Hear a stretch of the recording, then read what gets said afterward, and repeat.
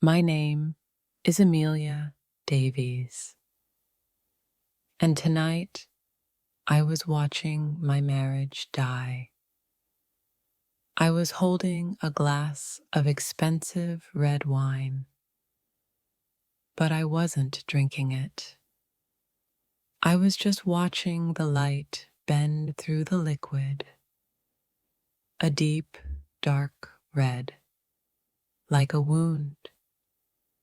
The restaurant was loud, the clatter of silver on porcelain, the high, brittle laughter of people who want something.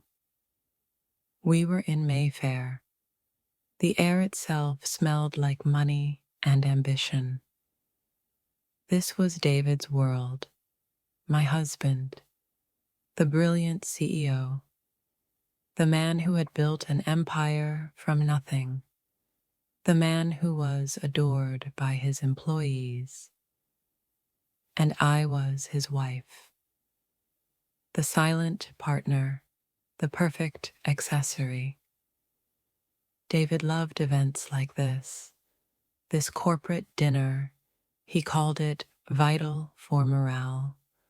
I called it a performance, and I was tired of playing my part. The car ride here had been silent. The Bentley whispered through the wet London streets. Rain streaked the windows. It blurred the city lights into abstract paintings. David hadn't looked at me. He had looked at his reflection in the dark window. He adjusted his tie, a perfect silver silk. He adjusted his cuffs. He smoothed his hair. Then, just as we pulled up, he spoke. His voice was flat. Amelia. I turned. Try to look, please, tonight. The board is watching. He didn't say happy. He said pleased. It was a command, a stage direction. I smoothed my black dress, a dress he had picked. Of course, David, I whispered. My voice was a ghost in the expensive car. We walked in. The noise hit us like a warm wave. Mr. Davies, a pleasure. David, good to see you. Hands reached for him. Faces smiled at him. He turned on his smile. The CEO smile. It was bright, wide, and utterly hollow. He placed a hand on the small of my back. It wasn't affection. It was steering. He guided me through the tables, the trophy on his arm.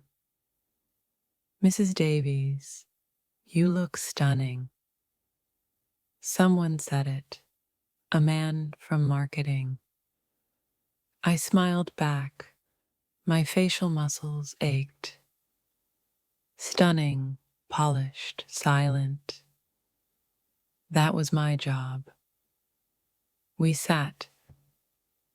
David at the head of the long table. I was at his right hand, the place of honor, the place where everyone could see me. The Queen seated next to the King, and across the table, slightly to his left, was the Princess. Chloe Turner, the new intern.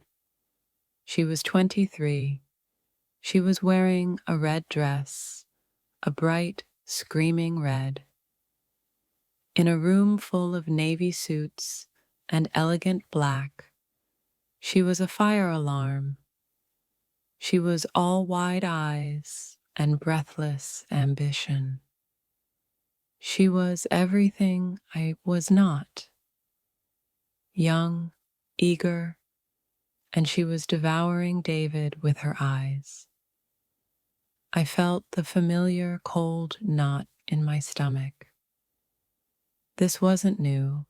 There had been others, assistants, junior executives, women who saw his power and mistook it for greatness. But Chloe was different. She was bolder. She didn't just admire him. She wanted his place. Or maybe she just wanted my place. It amounted to the same thing. David was laughing. He was telling an anecdote about a difficult negotiation in Tokyo. It was a story I had heard at least 10 times. But the table listened as if it were scripture. And I told him, David said, leaning forward, we don't buy partners, we make them.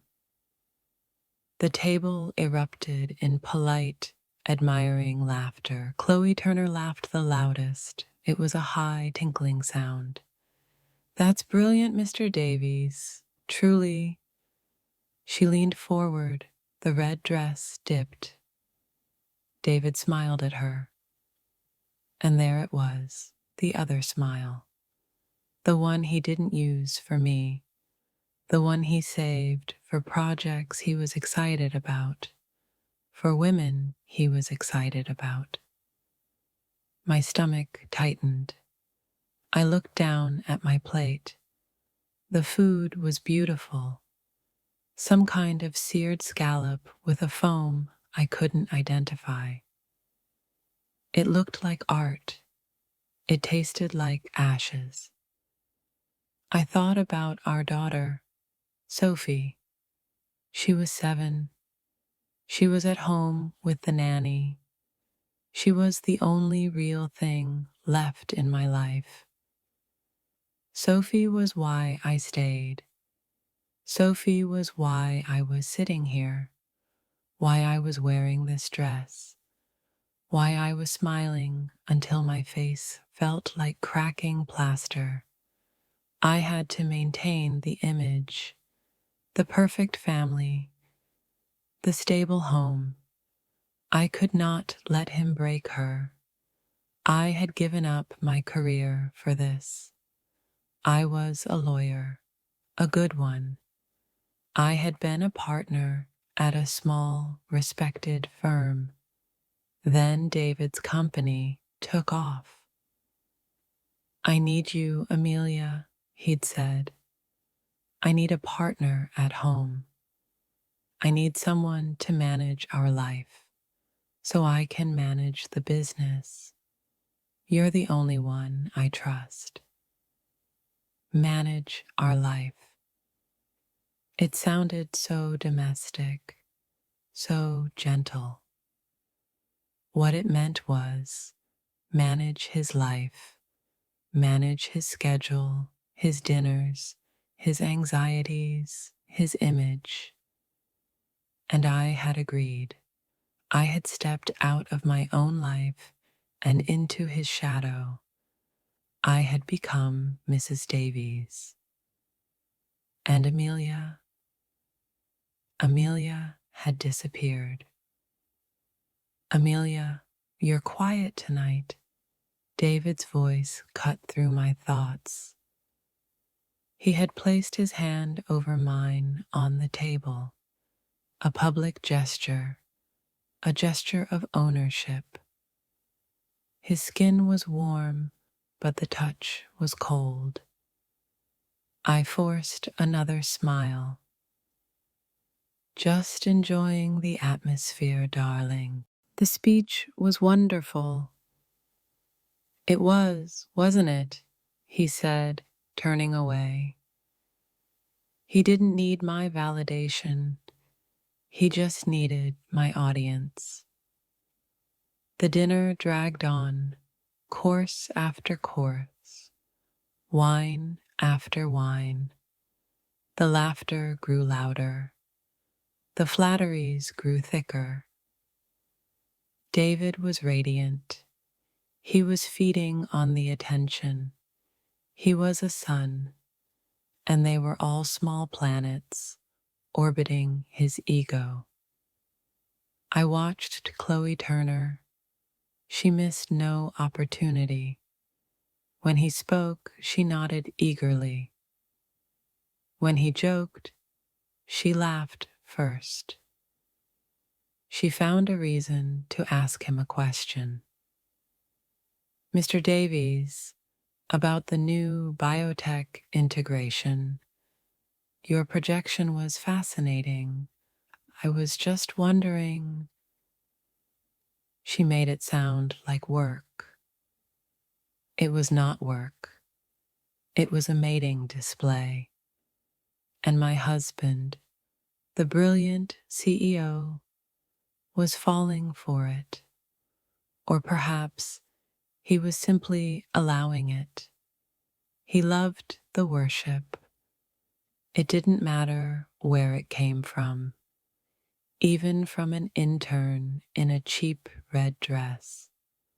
I felt a sudden, sharp urge to stand up, to throw my glass of wine onto the white tablecloth, to watch the red stain spread like the truth, to scream, to tell them all what he was, what they were. But I didn't. I sat. I smiled. I was Amelia Davies, the perfect wife. I looked at David. He caught my eye. He wasn't smiling. He gave me a look, a warning. Behave, play the part. My heart hammered once, a hard, cold beat. He knew I was unhappy, and he didn't care. He just needed me to be quiet about it. He needed the performance to continue. I looked down. I picked up my fork. I pushed the scallop around my plate. The noise of the restaurant faded. It became a dull roar in my ears. The air felt thick. I felt trapped. I felt like I was suffocating in plain sight. I knew with a sudden, terrible certainty that the performance was about to end. Something was about to break, and I was terrified. The silence from the car, it wasn't a new silence. It was an old, familiar one. A silence built from years of unspoken truths. Years of me swallowing my words. Years of him being too important to listen. In the beginning, we talked. My God, how we talked. We were in law school. He was the brilliant, charming, scholarship kid. I was the quiet, focused one. He saw something in me. He said I was his anchor. You keep me grounded, Amelia, he'd say. Back then, I thought it was a compliment. Now I knew what it meant. An anchor doesn't move. It stays in the mud. It holds the ship in place while the ship enjoys the view. I was the anchor. He was the ship. I remembered the day I gave my notice. My managing partner, a sharp woman named Eleanor, had looked at me over her glasses. You're making a mistake, Amelia, she'd said. He's a rocket, I'll give you that. But rockets burn out. and they burn everyone around them. He needs me, I said, my voice defensive. He needs a wife, she corrected. He needs a hostess. He needs an unpaid assistant. You're a lawyer. Don't forget that. I had forgotten. For 10 years, I had forgotten. Until tonight. Tonight, sitting at this table, I remembered Eleanor's words. They burn everyone around them. I was feeling the heat. David, a voice slurred. It was James, the CFO, a man who drank too much and smiled too much. This new intern, Chloe, she's a firecracker. Where did you find her? David chuckled, a low, pleased sound. She found us, James. Great universities are producing incredible talent. We just have to be smart enough to see it. He looked at Chloe. She blushed, a perfect, rosy blush that climbed her neck. You're too kind, Mr. Davies. I'm just trying to learn. And you're a fast learner, David said. His voice was smooth. The compliment hung in the air, laced with something else. Something private. I felt sick, literally sick. I pressed my napkin to my lips. I needed air. Excuse me, I murmured. I stood up. The table paused. David looked up, his brows furrowing in annoyance. My leaving was not in the script. I'll be right back, I said, forcing a smile. I walked away from the table. My heels clicked on the marble floor. I felt their eyes on my back. I felt his eyes, angry, controlling. I didn't go to the ladies' room. I went to the small, empty balcony I had spotted earlier. I pushed the glass door open. The cold, damp London air hit my face. It was glorious. I leaned against the railing. The noise of the city was a distant hum. Below me, the traffic on the street was a river of red and white lights. I closed my eyes. I took a breath. The first real breath I had taken all night. 5 minutes. Just give me 5 minutes. I thought about Sophie, her small hand in mine this morning.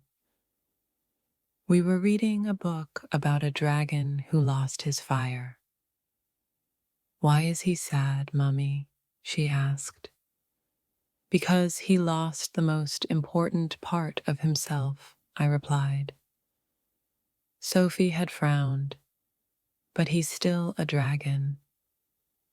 He's still a dragon. I gripped the cold railing. When had I lost my fire? And was I still Amelia? Or was I just Mrs. Davies? A hollow shell in a black dress. The door opened behind me.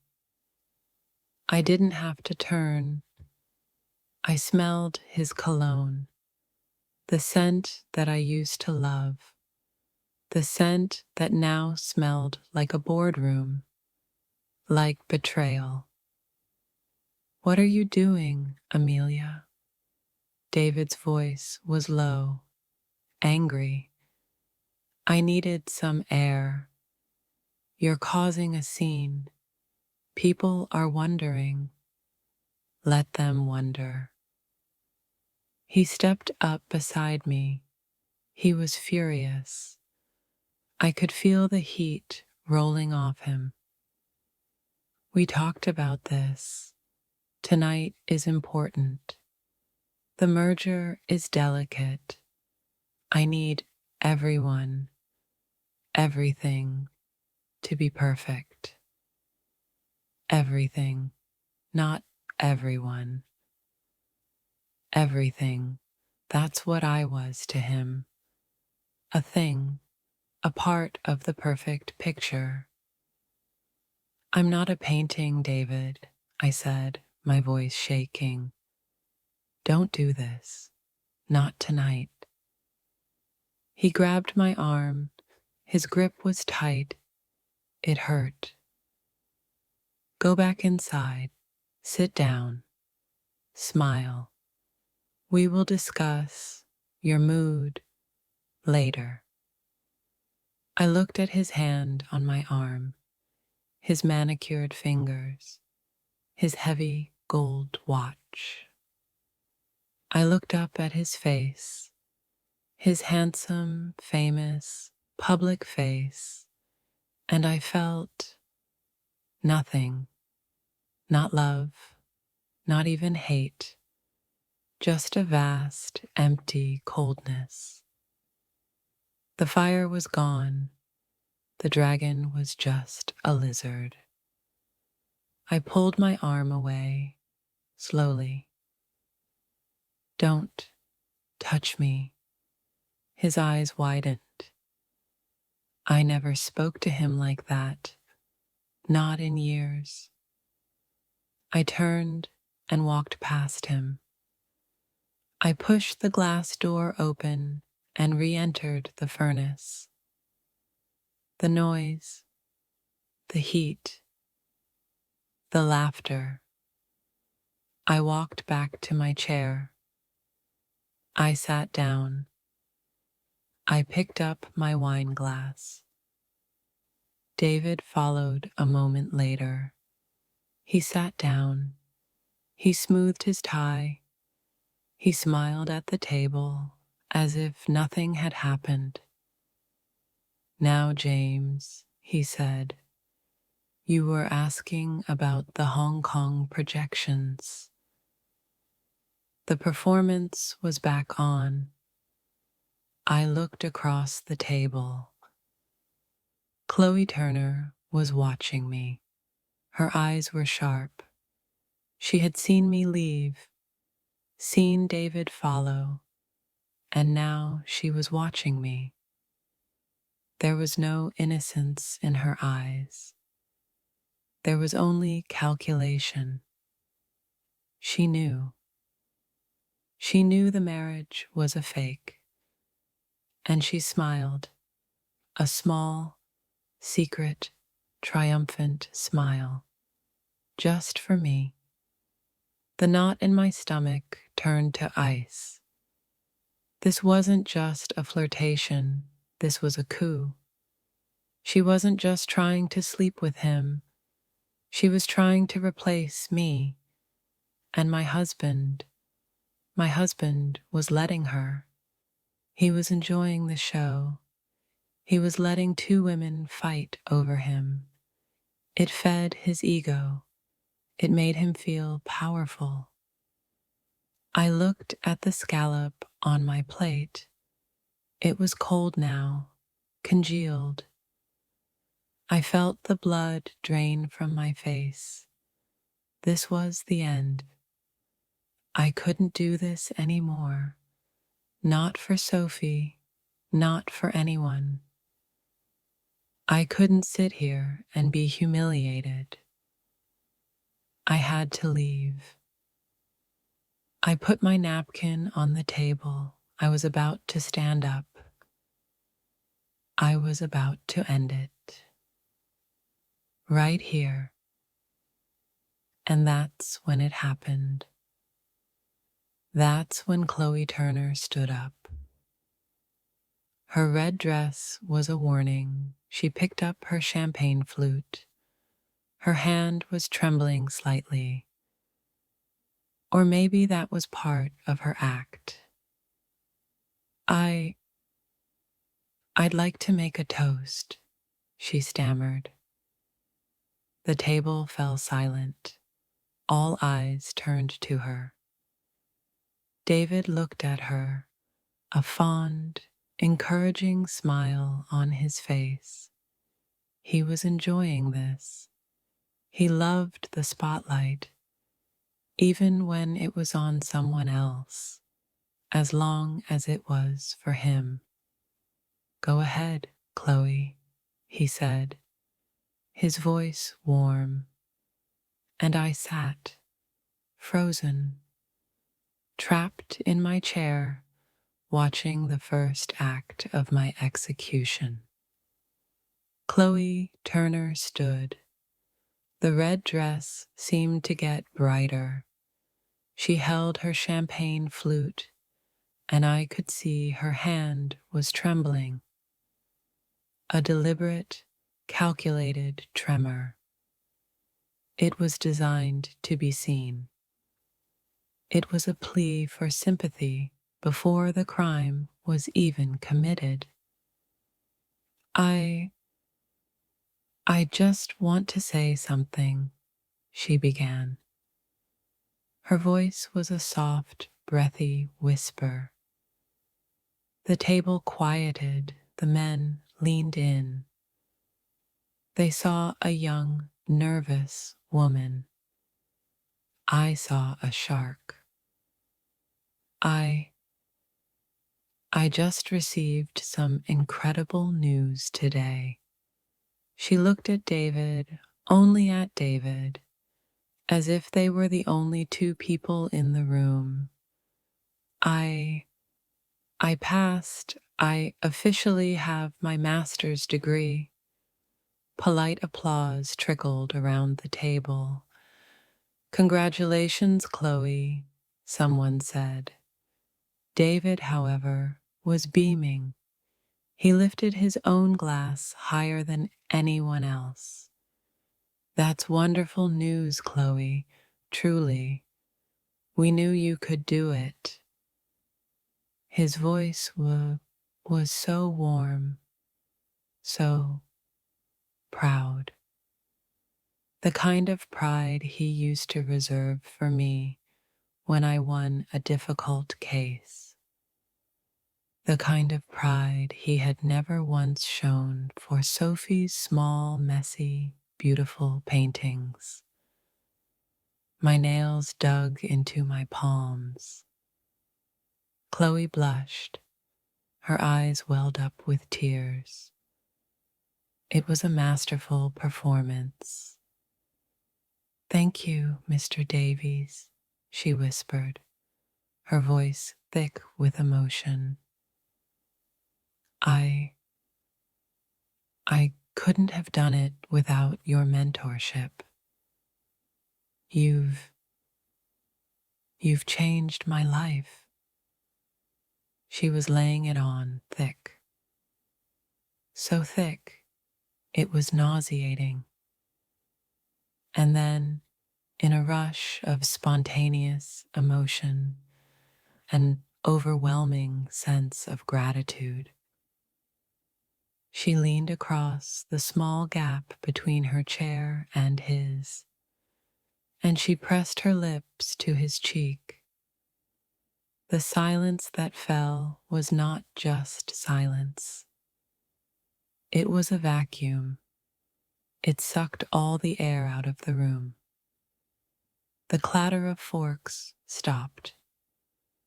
The murmur of conversation died, and even the waiters seemed to unfreeze. It was not a chaste kiss. It was not a quick peck on the cheek. She pressed her lips there. It was appuyé. It was firm, and it lasted. 1 second, 2 seconds, 3. It was un peu trop long, far too long for an intern and her married CEO. David himself froze. I saw his body go rigid. He hadn't expected it. Or perhaps he hadn't expected it here. He coughed. A short, awkward sound. He pulled back, a look of mild confusion on his face. But underneath the confusion, I saw it. A flicker, a small, satisfied smile that he tried to hide. He was embarrassed, but he was also pleased. Deeply, deeply pleased. Chloe, realizing the gravity of her mistake, snapped back. Her performance shifted instantly from gratitude to horror. She brought her hand to her mouth. Her eyes, wide and tear-filled, darted around the table. She saw the shocked faces. She saw the judgmental eyes of the other women. And then her gaze landed on me. She locked onto me, the target, the one she had to neutralize. Her face, which was a healthy, blushing pink, turned a pale, sickly white. "Oh my God," she whispered. The whisper carried across the entire silent table. "Oh my God, Mrs. Davies." She stood up fully, her chair scraping back on the floor.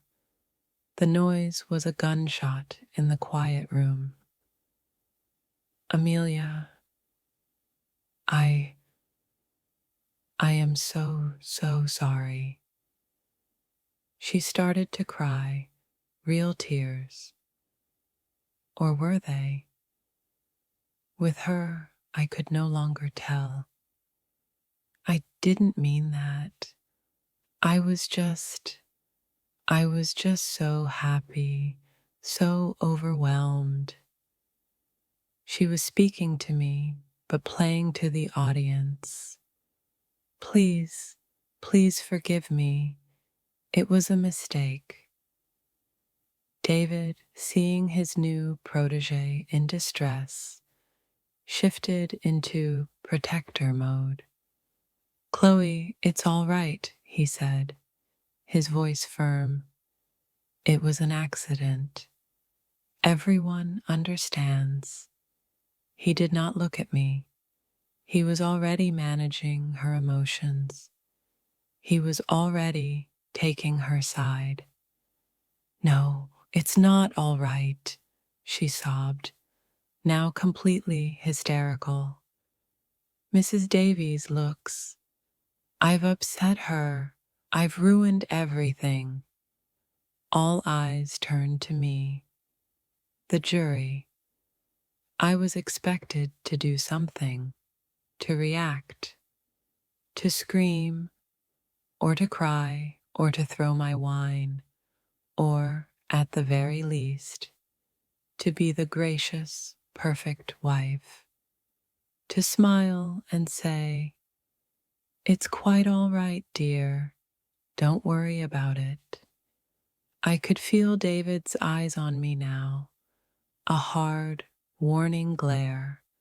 Fix this now."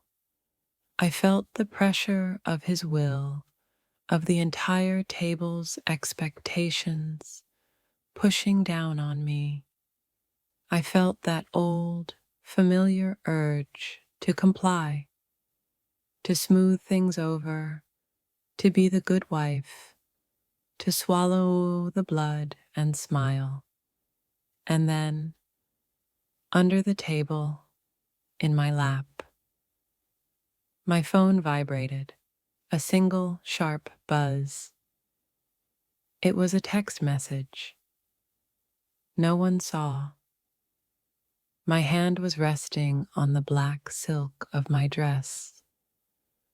The vibration was a small electric shock, a tiny secret event just for me. In the midst of this grand, public humiliation, I didn't look down, not yet.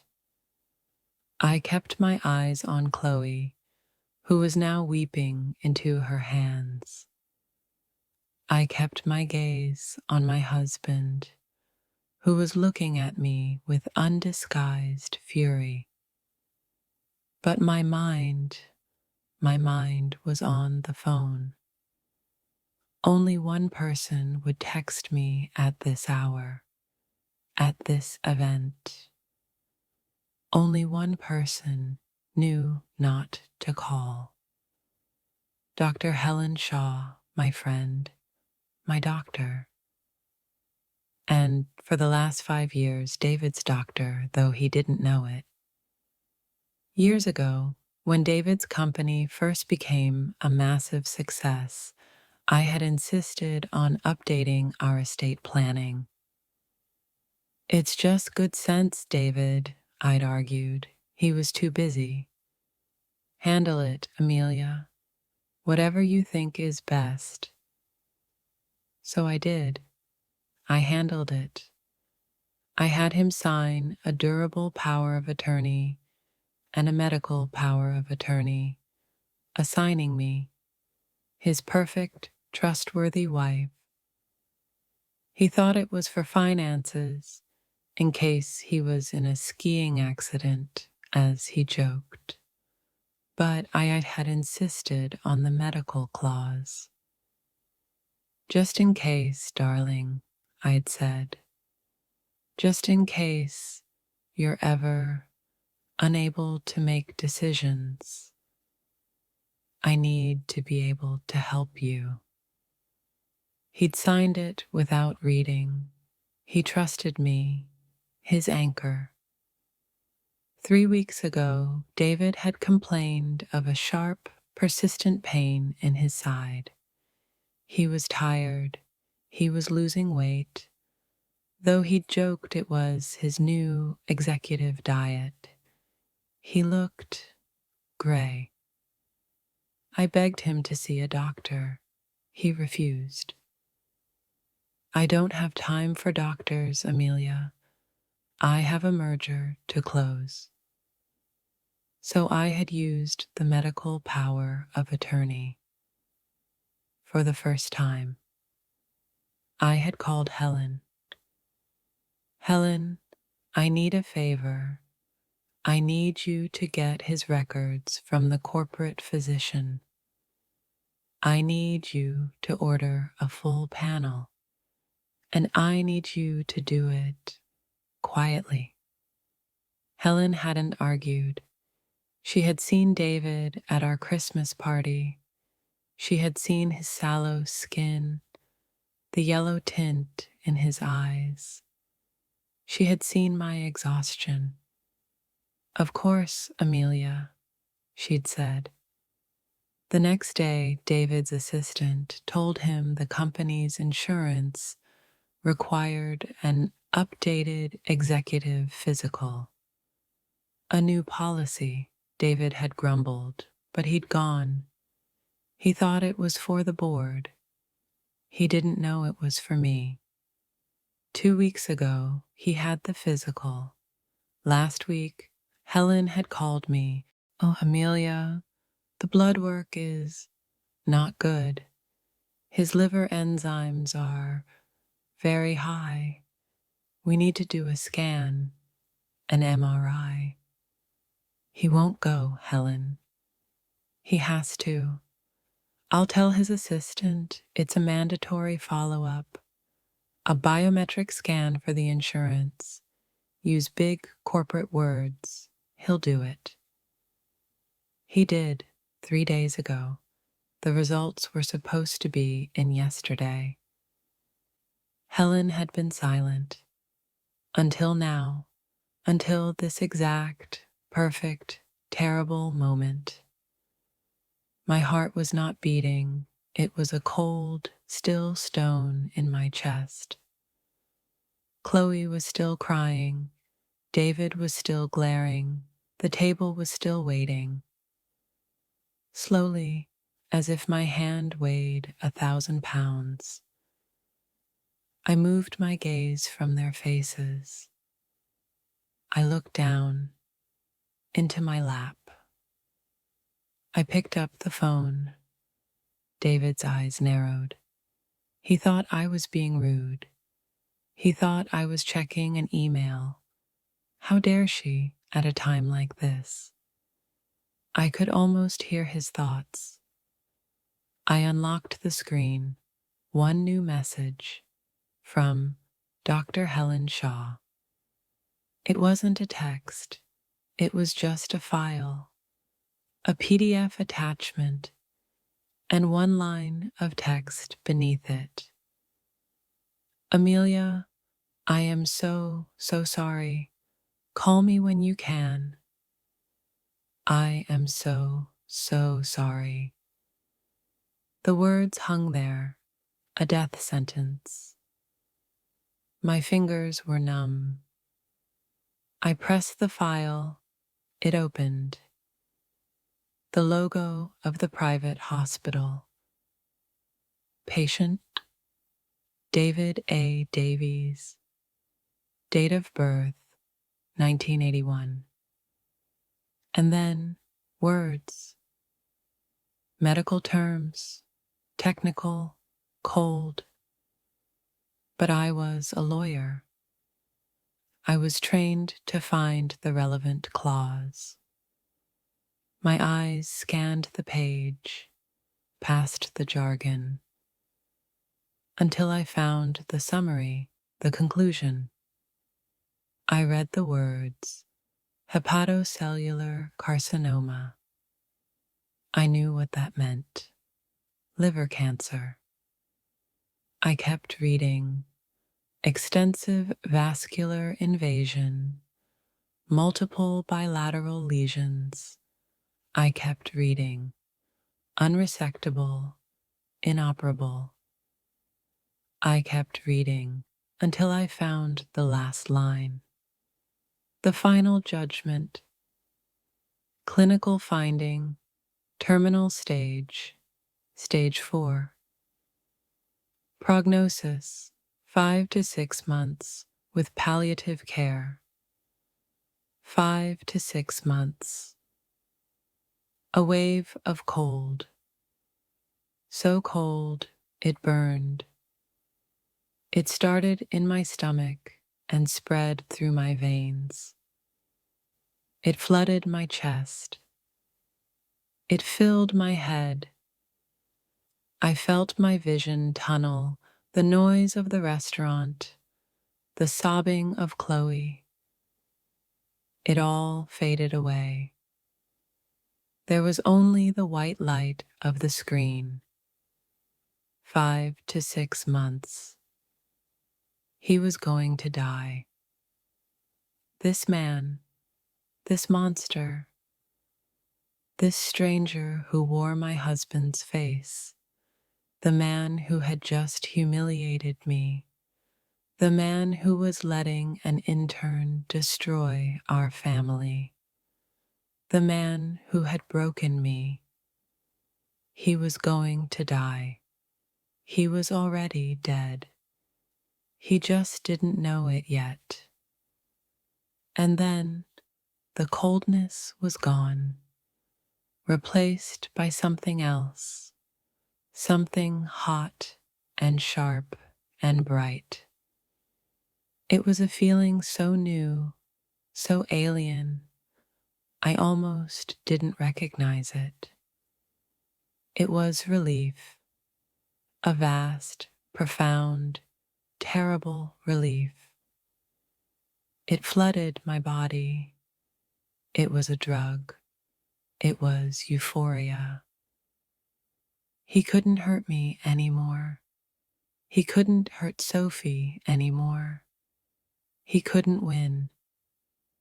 I was free. He was a dead man walking.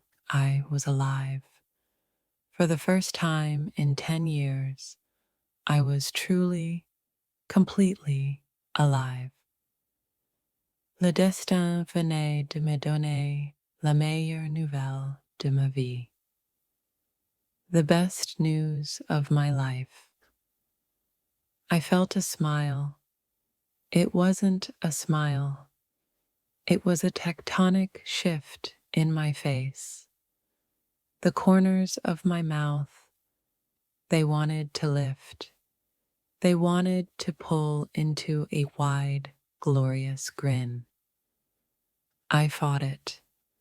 I fought it with every last ounce of my famous, perfect self-control. I could not laugh, not here, not now. I pressed my lips together. The effort was so great, it was almost painful. My whole body was vibrating. This was not a tragedy. This was a victory. This was the end of the war. And I had just won. I had won without firing a single shot. The universe had fired it for me. I took a breath, a deep, shuddering breath. The sounds of the room rushed back in. Chloe's high, piercing sobs. So sorry. Please, Mrs. Davies. Say something. David's low, angry voice. Amelia, this has gone far enough. Tell her it's fine. I looked up, slowly. I lifted my head from the screen in my lap. I locked my phone. I placed it very gently, face down on the white tablecloth.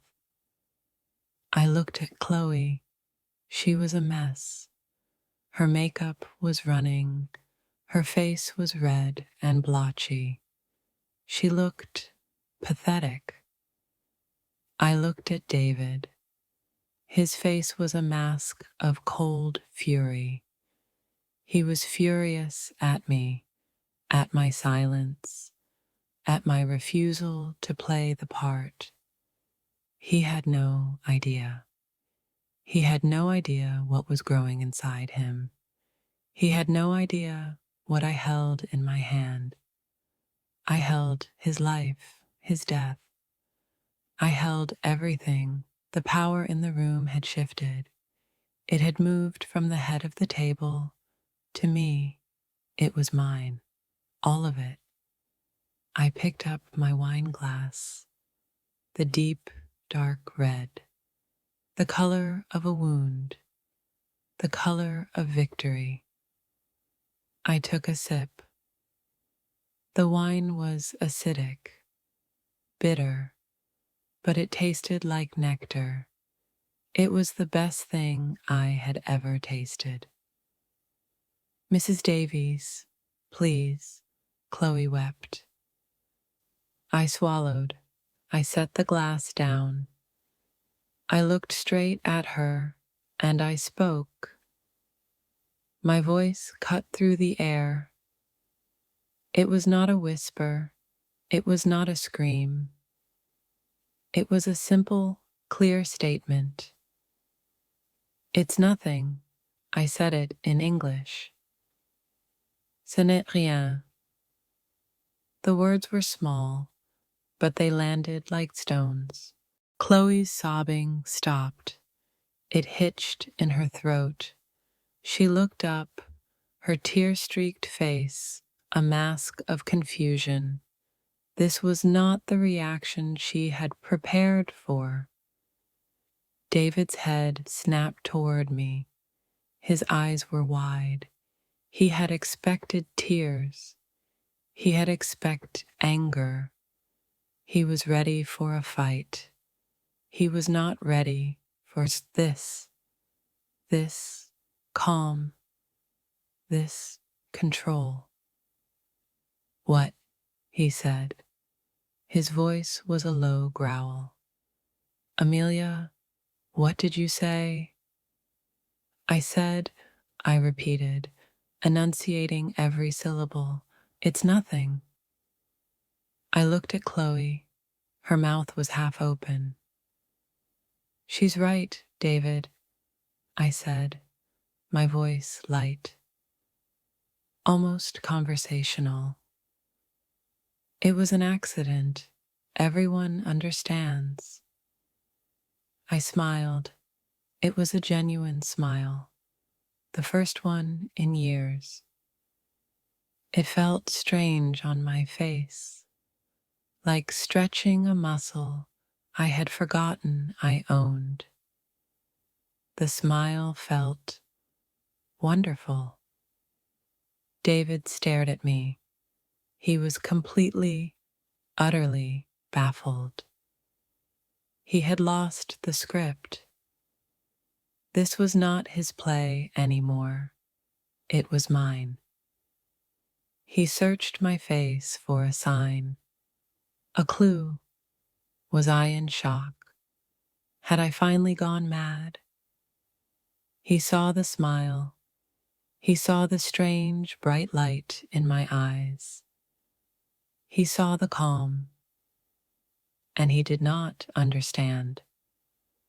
Chloe, however, was recovering. She was a fast learner, as David had said. She saw my smile.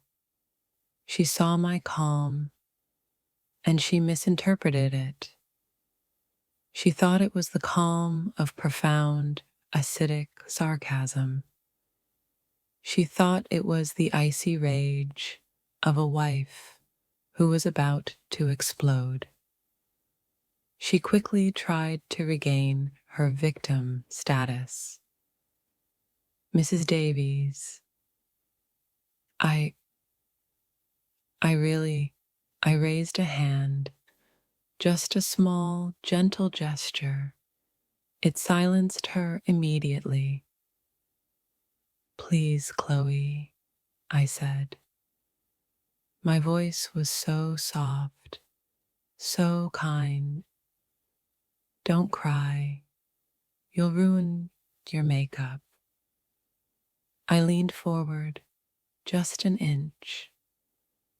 The table was so quiet. I could hear the ice melting in the water glasses. I looked straight into her calculating, tear-filled eyes. I mean it, I said, and then I gave her my permission. Kiss him. The silence in the room was now absolute. It was a physical weight. Chloe's blood drained from her face. What did you say? She whispered. David's chair scraped. Amelia, his voice was a sharp, furious bark. That is enough. I ignored him. I did not take my eyes off Chloe. I smiled again. I said, kiss him. Go on. You're happy. You're celebrating. I gestured to his cheek with my wine glass. He doesn't seem to mind. David stood up. His chair toppled backward, crashing onto the marble floor.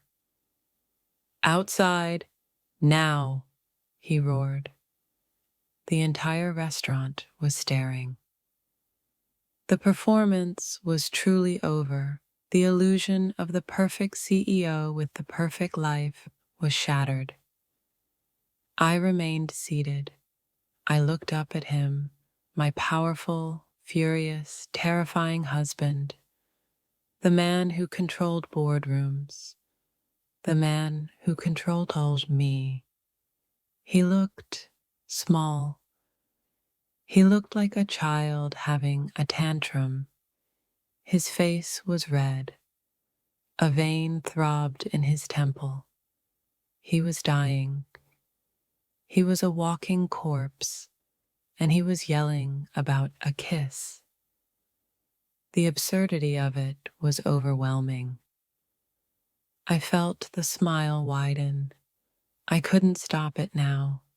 The euphoria was too strong. I'm not going anywhere, David, I said, my voice still light. But she can. You can all keep celebrating. I looked back at Chloe. and I delivered the final liberating lines, the truest words I had spoken in our entire marriage. Kiss him as much as you want, Chloe. Kiss him every day. Kiss him in the office. Kiss him in your car. Kiss him until he dies. I paused. I took another sip of wine. It really doesn't matter to me at all. David was speechless. He was vibrating with a rage so profound it left no room for words. But he heard what I said. And in his vast, infinite arrogance, he misunderstood. He did not hear a statement of liberation. He did not hear a statement of fact. He heard jealousy. He heard the words of a woman so completely broken by his affair, so consumed with bitter, hysterical jealousy that she had finally, publicly, snapped. He thought this was my breaking point. He thought he had driven me mad with desire for him. And, God help him, it pleased him. I could see it. Behind the rage, behind the humiliation, there was a flicker of dark, narcissistic triumph. He had won. He had proven that I still loved him, that I was still his, that the thought of him with another woman was enough to destroy me. His mood visibly shifted. The apoplectic rage subsided, replaced by a cold, controlling anger. He was back in charge. He righted his chair. He looked at me, not as a husband, but as a doctor looks at a hysterical patient. "You are unwell, Amelia," he said, his voice low and full of false pity. "We're leaving." He motioned to his security detail, who was already moving toward our table. Chloe, too, had heard my words. She also heard the bitter jealousy of the old wife, and it gave her confidence. She was no longer the frightened intern. She was the future. She was the one who had won. She stood up, wiping her fake tears away with an angry gesture. Her voice was no longer soft, and it was sharp, it was indignant. "Mrs. Davies," she said, her voice shaking with righteous anger, You have no right to talk to me like that." She turned to the table, looking for support. "Yes, I kissed Mr. Davies. It was a mistake. It was an instinct." She was finding her rhythm. It's a habit I have. When I'm happy, I'm just affectionate. If you had been sitting there, Mrs. Davies, I would have kissed you too. It was a ridiculous, desperate lie, but she said it with such conviction. She finished with a flourish, her voice full of virtuous outrage. "I am not the person you think I am." I almost laughed. I almost told her, "Oh, you have no idea, my dear. You have no idea what's coming. You're not the winner. You're the consolation prize. You've just attached yourself to a sinking ship, a dying man." But I said nothing. I just watched her, this stupid, ambitious, blind little girl. I felt a moment of pity for her. She was me, 15 years ago, full of fire, ready to conquer the world, tying her life to a man who would hollow her out. But the pity passed. She had made her choice, and I had made mine. My secret, my beautiful, terrible, perfect secret. It was a shield. It was a sword. It was my freedom. "This dinner is over," David announced to the table. He was all CEO again, calm, in command. "My apologies, everyone. My wife is not feeling herself tonight." He gripped my arm, the same grip as on the balcony, hard, painful. "We are leaving." This time I did not pull away. I allowed it. I let him pull me to my feet.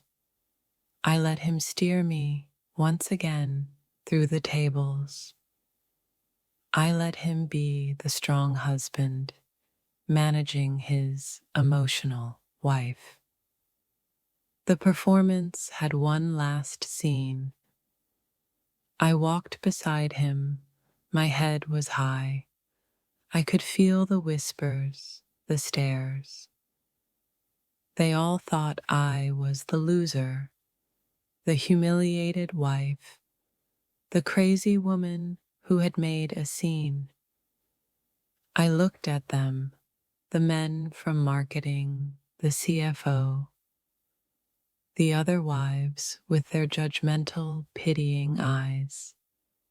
They had no idea. I smiled, a small, private smile, just for me. I was the only one in the room who knew the truth. I was the only one who was free.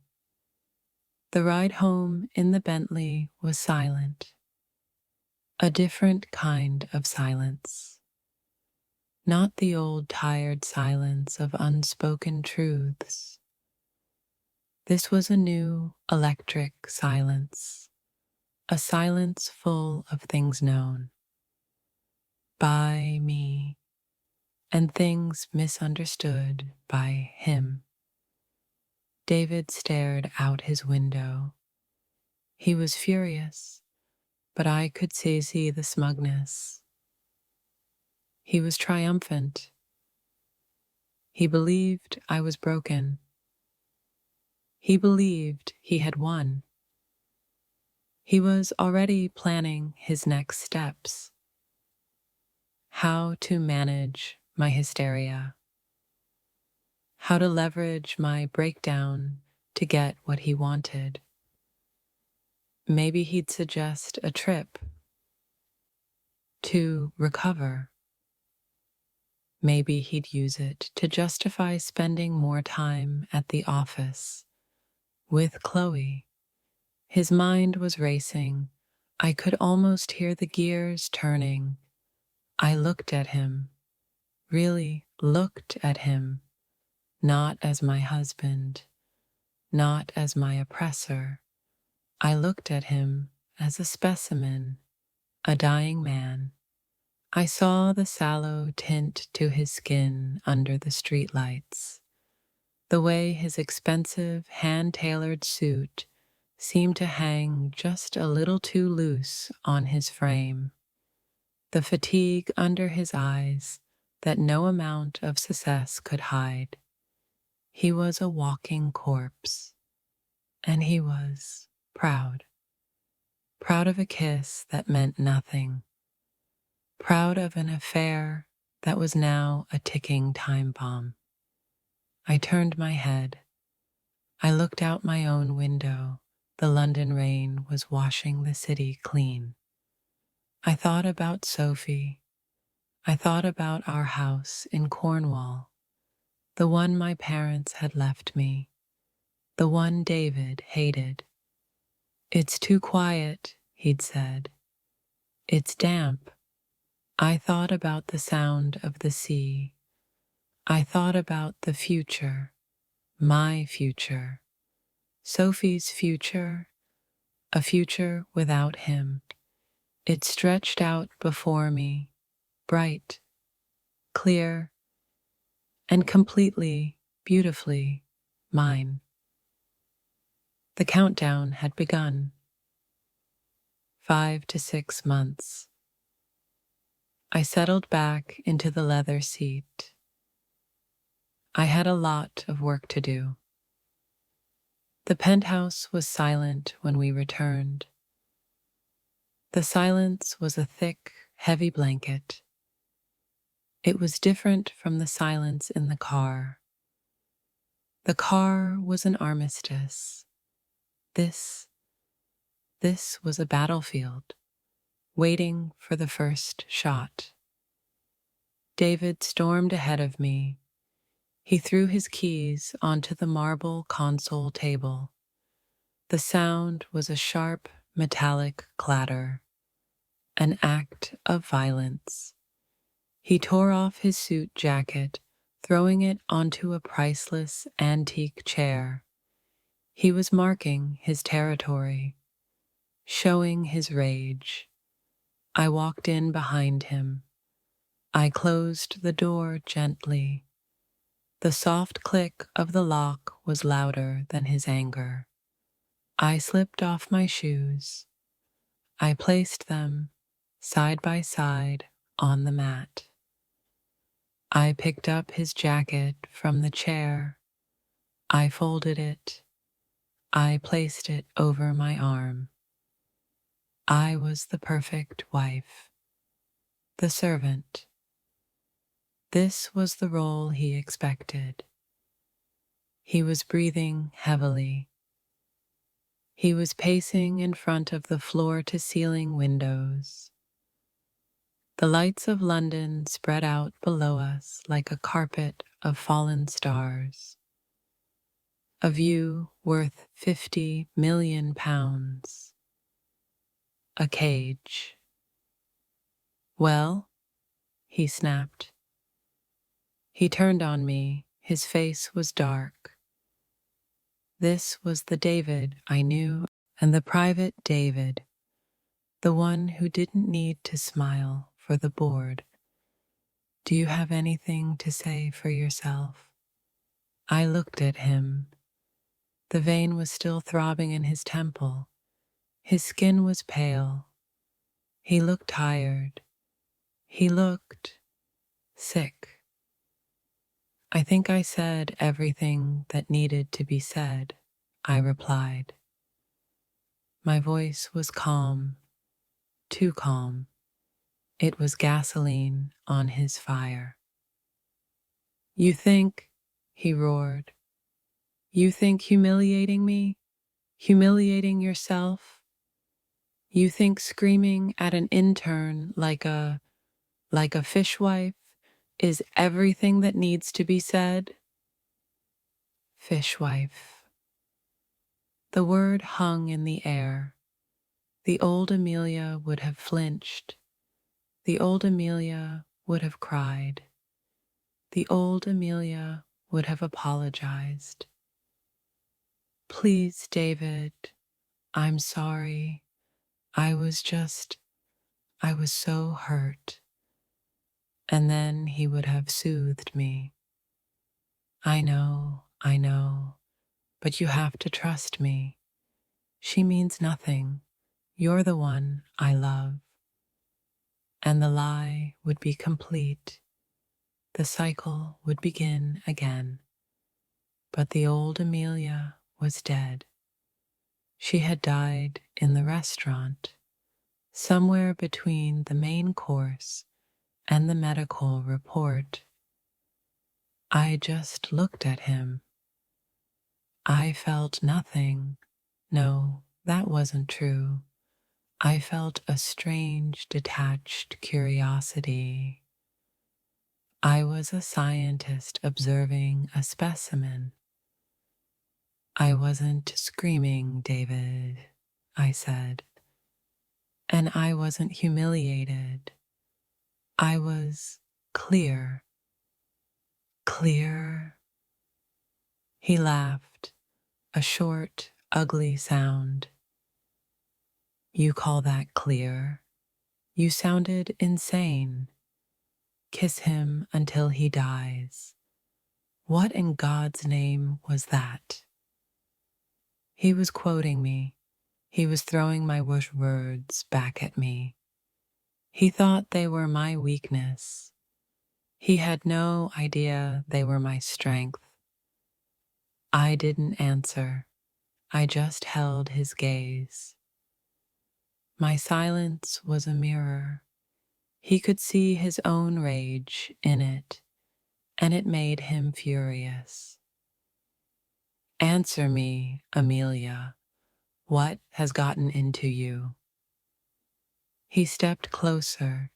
He was trying to intimidate me, to use his height, his power, his sheer physical presence. It had always worked before. It didn't work now. I was no longer afraid of him. How can you be afraid of a man who has 6 months to live? How can you be afraid of a ghost? I'm tired, David, I said. I turned away from him, an act of dismissal. I walked toward the hallway. Tired? He yelled, following me. You're tired? I'm the one closing a billion-pound merger. I'm the one who just had my dinner ruined by my hysterical wife. And you're tired? I stopped. I turned. Yes, I am. His face crumpled in disbelief. This was not the script. This was not the fight he wanted. He wanted me to engage, to cry, to accuse him of the affair. He wanted the drama. He needed it. He needed me to be the jealous wife because it confirmed his importance.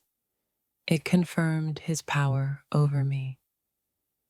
My calm, my clarity, it terrified him. If I wasn't jealous, then what was I? If I wasn't fighting for him, what did it mean? It meant he was losing control. Where are you going? He demanded as I turned away again. I'm going to check on Sophie. Sophie? He said her name as if it were a foreign object. You're going to hide behind your daughter? Now? I stopped again. This time I felt something, a flash of cold, clean anger. I am not hiding behind her, David. I turned to face him fully. I am going to see my child, the only person in this house who isn't performing. His eyes narrowed. What did you just say? You heard me. We stood there, a long, silent moment. The CEO and his wife, the king and queen, in their castle, and the walls were crumbling. He knew he had lost. He knew this was a fight he could not win because I was not participating. So he did what he always did. He changed tactics. He attacked. You know, he said, his voice dropping to a low, venomous hiss. This is why I'm so stressed. I waited. This, your neediness, your jealousy, your constant, suffocating scrutiny. He pressed his hand to his side, right where his liver was, right where the cancer was blooming like a dark flower. This pain I've been having, it's you. He winced, a genuine wince of pain. The cancer was speaking, but he blamed me. You are literally making me sick, Amelia. Your drama, your emotional instability, it's unbearable. He was giving me the weapon. He was handing me the entire strategy. He was telling me exactly how to win. The old Amelia would have defended herself. That's not fair. I'm not the one. But I was not the old Amelia. I was the new Amelia. And the new Amelia was a brilliant lawyer. And she had just been handed a winning argument. I let the silence stretch.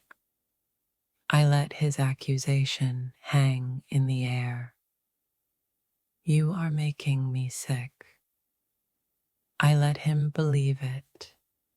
I let it sink in. Then I nodded. Slowly, my expression softened. I let my eyes fill with not tears, but a deep, profound sadness, a resignation. You might be right, David, I whispered. He froze. This was the last thing he expected. He expected a fight. He did not expect surrender. What? You might be right, I said again, my voice stronger. I think I am the problem. I looked at the floor. I was performing now my own play. I saw you tonight with her. You were happy. I looked up, my eyes wide and honest. You laughed. I haven't heard you laugh like that in years. He was staring at me, mesmerized. He was seeing, he thought, the truth. The broken wife finally admitting her fault. I know I'm difficult, I continued. I know I'm not fun. I'm not young and bright. Amelia, he started, his voice softening. He was moving into magnanimous victor mode. No, I said, raising a hand. Let me finish. Tonight, at the restaurant, I was awful. I know. I was jealous. I was ugly. I let the word hang, ugly. And you're right. It's my stress. It's my unhappiness. It's me. I am putting this pressure on you. And it's making you sick. He was completely disarmed. He walked over to the bar. He poured himself a large scotch. He was in control again. Well, he said, swirling the glass, I'm glad you see it. I do, I said. I walked toward him. I did not stop until I was standing right in front of him. I did not touch him. So, what do we do?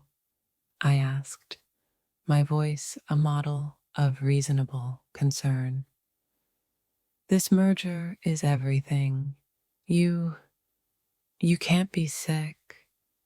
You can't be stressed. I know, he said, taking a long drink. You need less of it, I said. Less of what? Me, I whispered. Less of my drama. Less of my sadness. He looked at me. He was trying to see the trap. He saw none. He only saw his difficult wife, finally seeing reason. What are you suggesting? He asked, his voice wary. I'm suggesting you need help. I said, you need support at the office. I have support. I have a team. No, I said. You need dedicated support. Someone who makes you happy. Someone who doesn't stress you out. I let the implication hang. He understood. He understood perfectly. A slow smile spread across his face. The narcissistic, triumphant smile of a man who has just been given everything. He thought I was giving him permission. He thought I was so broken, so desperate to save our image, that I was suggesting he continue his affair, that I was endorsing Chloe, so that I wouldn't have to be the one to make him happy, so that I could take the pressure off myself. Amelia, he said, his voice full of wonder, are you serious? I'm serious about your health, David, I said. I placed my hand on his chest. He didn't flinch. I'm serious about this merger. I'm serious about our family, our stability. I looked him in the eye. I cannot afford for you to be sick. 5 to 6 months. Do whatever you need to do, I said. Whatever it takes to get through this.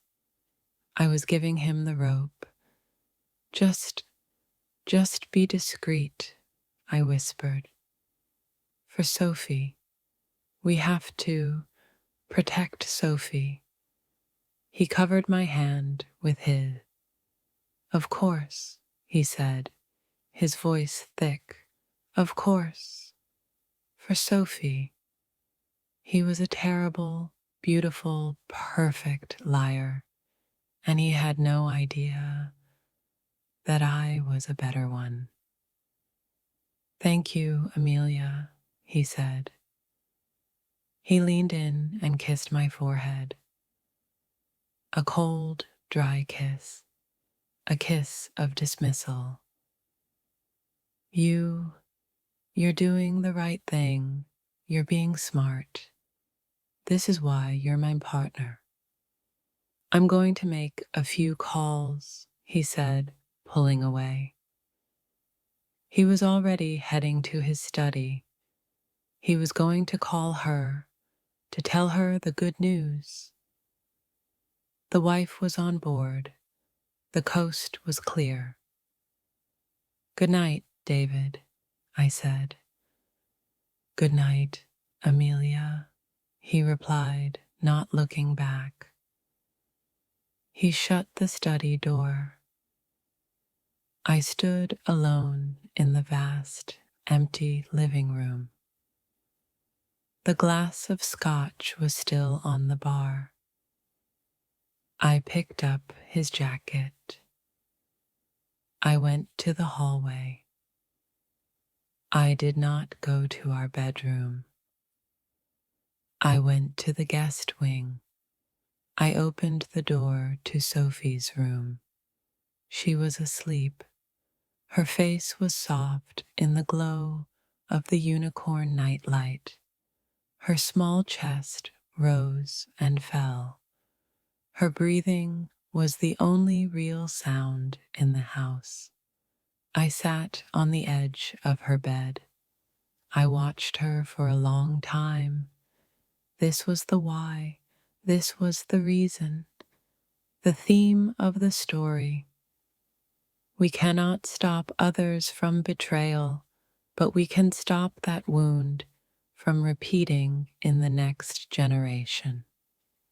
David's betrayal, it was his. His sickness, it was his. But the fallout, the legacy of this pain, that was mine to control. I would not let my daughter grow up in a house of whispers and lies. I would not let her see a mother who was broken, a mother who was a fishwife, a mother who was ugly. I would not let her inherit my silence, my pen, my hysteria, and I would not let her inherit nothing. This was the second part of the plan. The money, the empire. David was dying, and he had just given me permission to push him toward his lover. He was arrogant. He was distracted. He was sick. He would not be looking at the finances. He would not be looking at the trusts. But I would. I was a lawyer, and I was his medical power of attorney. He was now, legally, a vulnerable person, a person of unsound mind, being unduly influenced by a predatory new employee, Chloe. David thought I had given him a rope to play with.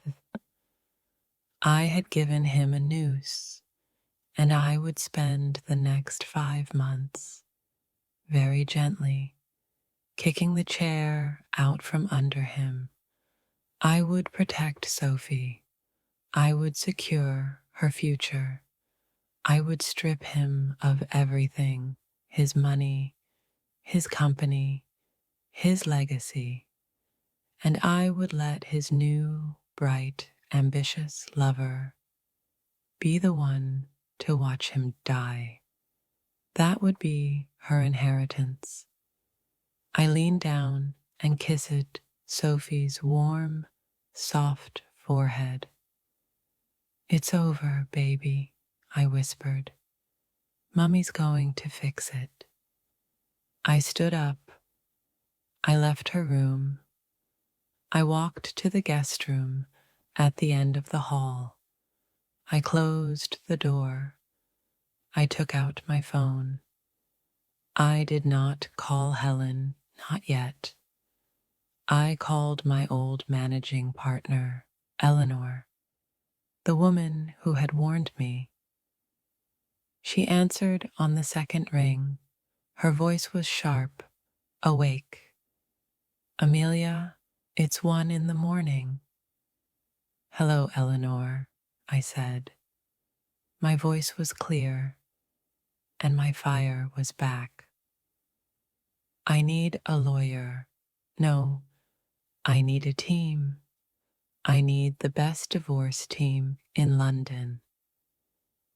There was a pause, and then I heard the smile in her voice.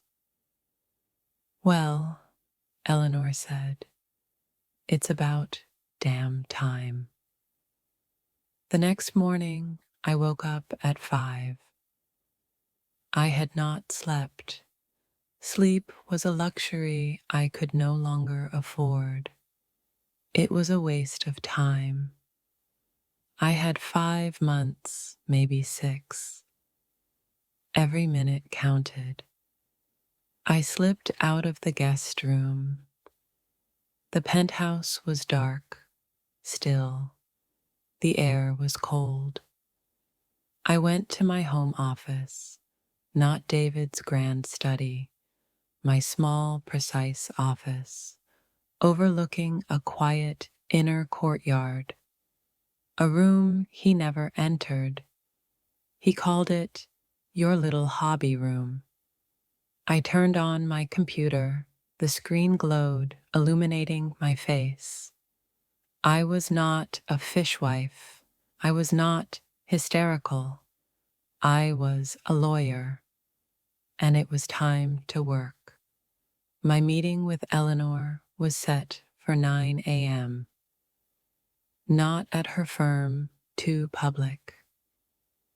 We met at a private members club in Pall Mall, a place so old, so discreet, the walls had absorbed 1,000 secrets. Eleanor was waiting in a high-backed leather chair. She was 65, sharp as a shard of glass, and she wore a dark purple suit. She was not a woman who smiled. She was a woman who won.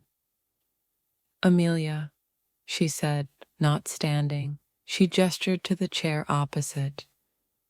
Tea, or something stronger. Tea is fine, Eleanor. Thank you for meeting me. I'm not here as your friend, Amelia, she said, her voice cutting. I'm here as your counsel. So don't thank me. Just tell me, what's the asset value?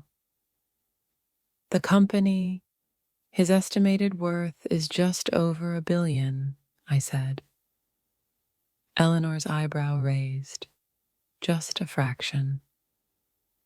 And the personal assets, property, trusts? The penthouse in Knightsbridge, a villa in Tuscany, the chalet in Gstaad, his art collection, his stocks. And what's yours? This, I said. I pushed a thin, leather-bound folder across the table. Our prenuptial agreement. Eleanor opened it. Her eyes scanned the pages. She knew this document. She had been the one who'd advised me against signing it. It's a fortress, she said, her voice flat. You get the house in Cornwall. You get a lump sum, 5 million, and an allowance. Generous, he calls it. I know, I said. Amelia, this is iron. He could have a dozen affairs, and this holds. You'd be comfortable, but you wouldn't be 1% comfortable. 5 million it's the staff budget for his penthouse. I know, Eleanor, but that's not the leverage. I pushed a second document across the table. The medical power of attorney. Eleanor read it. Her eyes scanned it once, then twice. A slow, cold smile spread across her face. It was a terrifying, beautiful thing to see. Oh, Amelia, she breathed. You clever, clever girl. And this, I said. The third document, the PDF from Helen. I pushed my phone across the table. Eleanor read the report. Her smile vanished, replaced by a look of professional assessment. She was no longer a lawyer. She was an undertaker. 5 to 6 months, she said. Unresectable. She looked up at me. Her eyes were bright. And he doesn't know. No, I said. He does not. And he is currently engaged in an affair, a new one. Yes, with his intern. It's aggressive. Eleanor leaned back. She steepled her fingers. She stared at me for a long, silent moment. What do you want, Amelia? She asked. It was the most important question. I don't want a divorce, I said. Eleanor's eyebrows shot up. What? Then why am I here? A divorce is too slow, I said. He has 6 months. A contested divorce. With this prenup, he would drag it out. He's a fighter. He would use the courts to bleed me dry, to paint me as unstable. He would fight me for custody of Sophie. He would lose, Eleanor said. He would still fight, I corrected. He would make it ugly. He would drag Sophie through it, and he would die in the middle of it, leaving everything a complete, legal, catastrophic mess. I leaned forward. A divorce means I am his opponent. I don't want to be his opponent, Eleanor. I want to be his wife. His loving, devoted, terrified wife. The wife who holds his medical power of attorney. Eleanor was smiling again. Go on. He is of unsound mind, I said. The legal phrase felt good on my tongue. He is making catastrophic business and personal decisions under the influence of a terminal illness he doesn't know he has, and under the undue influence of a new predatory employee. I pointed at the medical report. His judgment is impaired. His liver is failing. It's flooding his body with toxins. He's confused. He's angry. He's vulnerable. And this intern, I continued, is taking advantage of him. She is isolating him from his loving family. She is accepting lavish gifts. She is influencing his decisions. And you, his wife, are terrified, Eleanor finished for me. You are terrified for his health, for his legacy, for his company, for your daughter's inheritance. Exactly, I said. So we don't file for divorce. Eleanor was nodding. The plan was forming in her sharp mind. We file for an emergency conservatorship, a probate action. We argue that he is incapacitated, that you, as his power of attorney, need to take control of his assets, to protect them, to protect him from himself and from her. My heart was pounding. It was a brilliant, brutal, perfect strategy. We move all his assets into a new, irrevocable trust, Eleanor continued, her voice fast and low.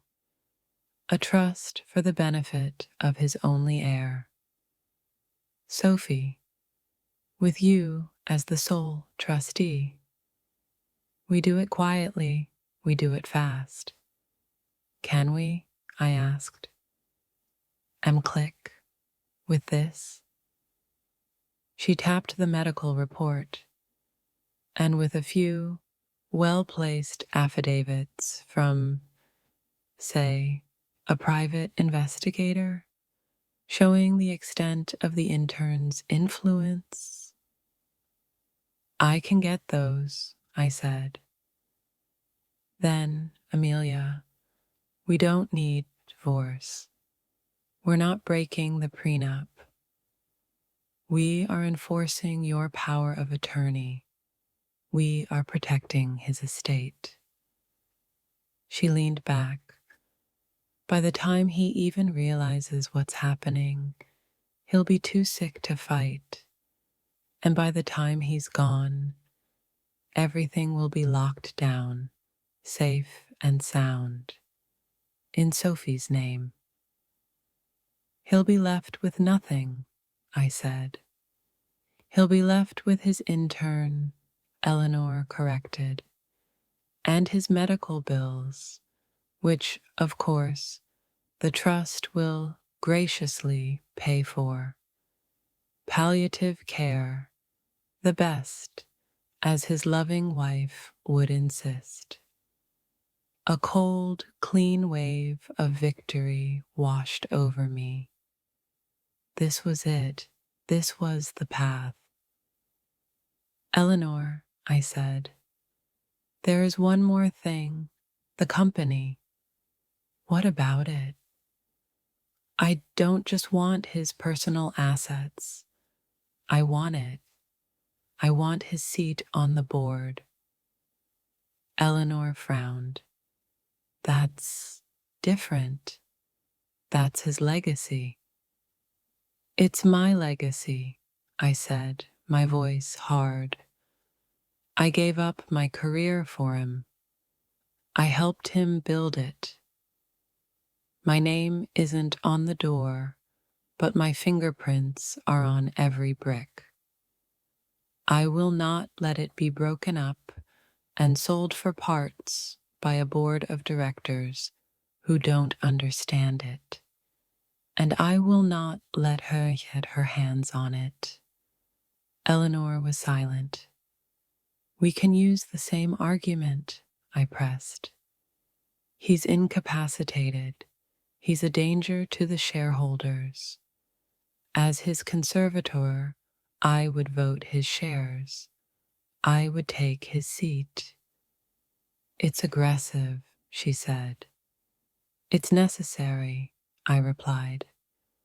I'm not doing this for the money, Eleanor. I'm doing this for my daughter. I'm not just giving her a trust fund. I'm giving her his empire, the one I paid for. She will inherit the kingdom, all of it. Eleanor looked at me. The pity was gone. It was replaced by respect. All right, Amelia, she said. Let's get to work. You have 5 months. The clock is ticking. First step, you need proof, undeniable proof of the affair. And you need to encourage it.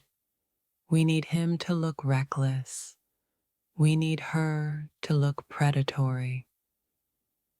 I can do that, I said. Go home, Amelia. Go home and be the perfect, supportive, terrified wife. I left the club. The London air felt different. It was cold, but I was warm. I was on fire. I went home. David was already gone. He had left a note on the kitchen counter on a piece of his thick, monogrammed stationery. Amelia went to the office early. A lot to handle. Don't wait up. He didn't sign it, love. He just signed his name. David. I picked up the note. I looked at the black, arrogant signature. I turned it over. I took a pen and I wrote 9:15 a.m. Meeting with Eleanor. The plan is in motion. This was my log, my war diary. I went to my hobby room. I opened the safe behind the painting of the Cornish coast. I placed the note inside, next to the medical report, the first pieces of evidence. The next few weeks, they were a blur of perfect, cold-blooded acting. I was the wife he had always wanted, silent, supportive, invisible. I managed the house. I managed Sophie. I smiled. I made his favorite meals, which he barely touched. Not hungry, he'd mutter. He was losing weight. The expensive suits were starting to hang on him. You're working too hard, David, I'd say, my voice full of concern. You should take a break. You should have some fun. I don't have time for fun, he'd snap. Of course, I'd say, but that new intern, Chloe, she seems to make you laugh. He would look at me, suspicious, but he'd see only the supportive, sad wife. She's efficient, he'd say. I'm glad, I'd reply. You need someone efficient, someone with energy. I was giving him the rope. Every day I was feeding him more rope, and he was taking it. He started coming home later, or not at all. The merger, he'd say. On the phone, it's brutal. I understand, darling, I'd coo.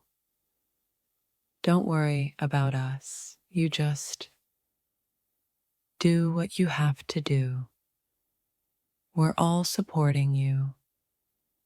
I have a private investigator following you, you lying bastard. I have the hotel receipts. I have the credit card statements. He bought her a car, a new white Mercedes. A company car for a junior executive, he'd explained when I casually asked about the charge. She's a junior executive now, I'd asked, my eyes wide with admiration. That was fast. She must be brilliant. She is, he said, puffing up. She's remarkable. He bought her an apartment, a small, expensive flat in South Kensington. A corporate apartment, he'd said, for visiting clients. How practical, David. You're so smart. I have the deed, David. I have the wire transfer. It's in her name. I logged every item, every lie, every gift. I passed it all to Eleanor. He's not just building a case for us, Amelia, she'd said, her voice grim. He's building a gallows. Meanwhile, his health was declining. He was in pain. He was drinking more scotch to kill the pain. David, you must see a doctor, I insisted. It was part of my role, the concerned wife. I told you, it's stress, he'd yell. I know, darling, I'd say, backing down. I'm sorry. I worry. Stop worrying, he'd shout. And stop mothering me. It's suffocating. This was new. He was pushing me away. He was pushing everyone away. Except Chloe. She was his energy, his support. She was the one who didn't see him as sick. She saw him as a bank, a ladder, and she was climbing. He was becoming isolated. His partners at the firm, they called me. Amelia, is David all right? He seems off. He's angry. He's making reckless decisions. I know, I'd say, my voice trembling. I'm so worried about him. He's not himself, and this new intern, she's always with him. He won't listen to me. He only listens to her. The narrative was being built. I was the victim, the loyal wife. She was the predator. He was the vulnerable patient. It was a perfect, tragic, beautiful story, and every word of it was a lie. We were 3 months in, 4 months since the dinner. By my calculations, David had, perhaps, 2 months left. The change in him was no longer subtle.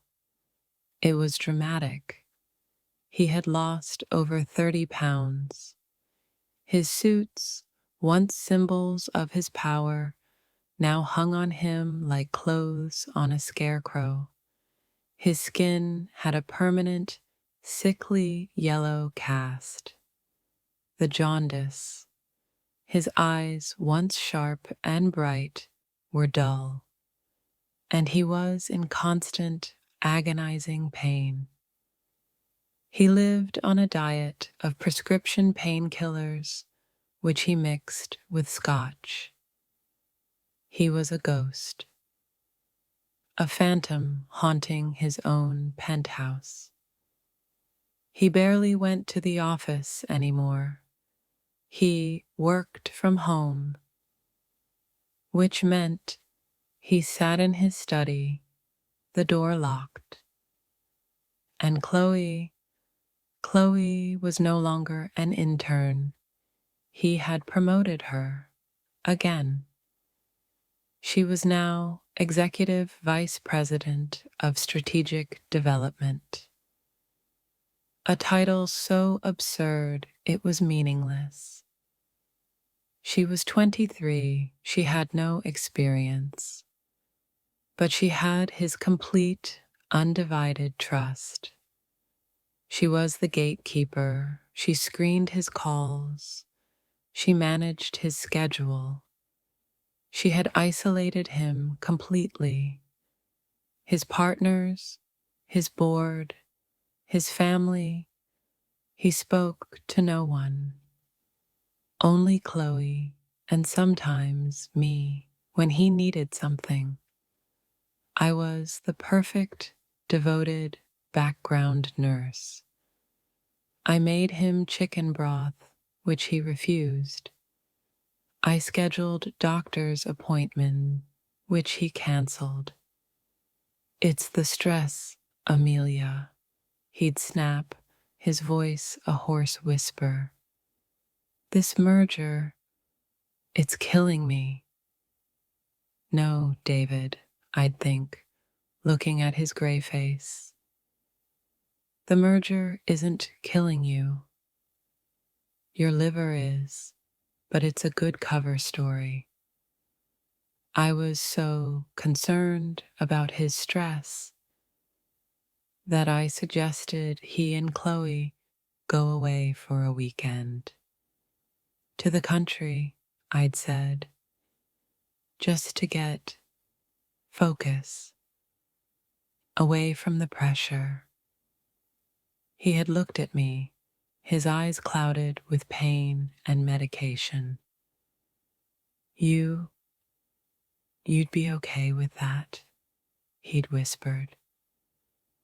I'm not okay with this, I'd replied, gesturing to his frail body. You need to get better, David, whatever it takes. So he went, and my private investigator went with them. The photos were illuminating.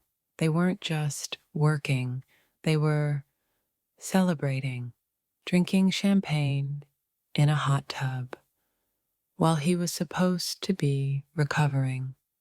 Her in a tiny bikini, him looking like a skeleton.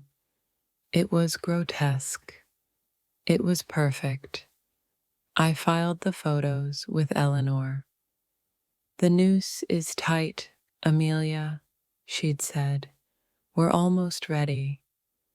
We just need one final act. Something that proves unequivocally that he has abandoned his family. Something personal. I know, I said. It's coming. What is? Our 10th anniversary. It was next week. 10 years. A decade of my life. A decade of his lies. It was the perfect day for a funeral. The funeral of our marriage. The final piece of evidence I needed. I began to plan. This would be my masterpiece, my final performance as Amelia Davies, the loving wife. I went to his study. I knocked. What? His voice was a rasp. I opened the door. The room was dark. The curtains were drawn. He was in his large leather chair. Chloe was at his side, holding a glass of something to his lips. She looked up as I entered. Her eyes were cold. She hated me. I was the old, dying thing. She was the new, bright future. She had no idea she was nursing a corpse. David, I said softly, I'm sorry to interrupt. What is it? He snapped. I wanted to talk about next Tuesday. What about it? It's our anniversary, David. 10 years. He was silent. He had forgotten. I saw the flicker of panic in his eyes. Chloe, however, did not. He's too busy, Amelia, she said. Her voice was sharp. She was using my first name now. He has a board call. I'm not talking to you, Chloe, I said, my voice quiet but firm. I looked at David. David, 10 years. He shifted in his chair, a flash of the old David, the David who understood optics. Yes, of course, 10 years. It's remarkable. I've made a reservation, I said. I can't, Amelia. I'm sick. I know. I'm not. I'm not asking you to go out. I paused. I let the performance begin. I've made a reservation at the first restaurant we ever went to. Do you remember? The little Italian place in South Kensington. He looked at me. I could see him trying to remember. He couldn't. The one where it rained, I prompted. And we shared that awful umbrella. Ah, he said, a vague, empty sound.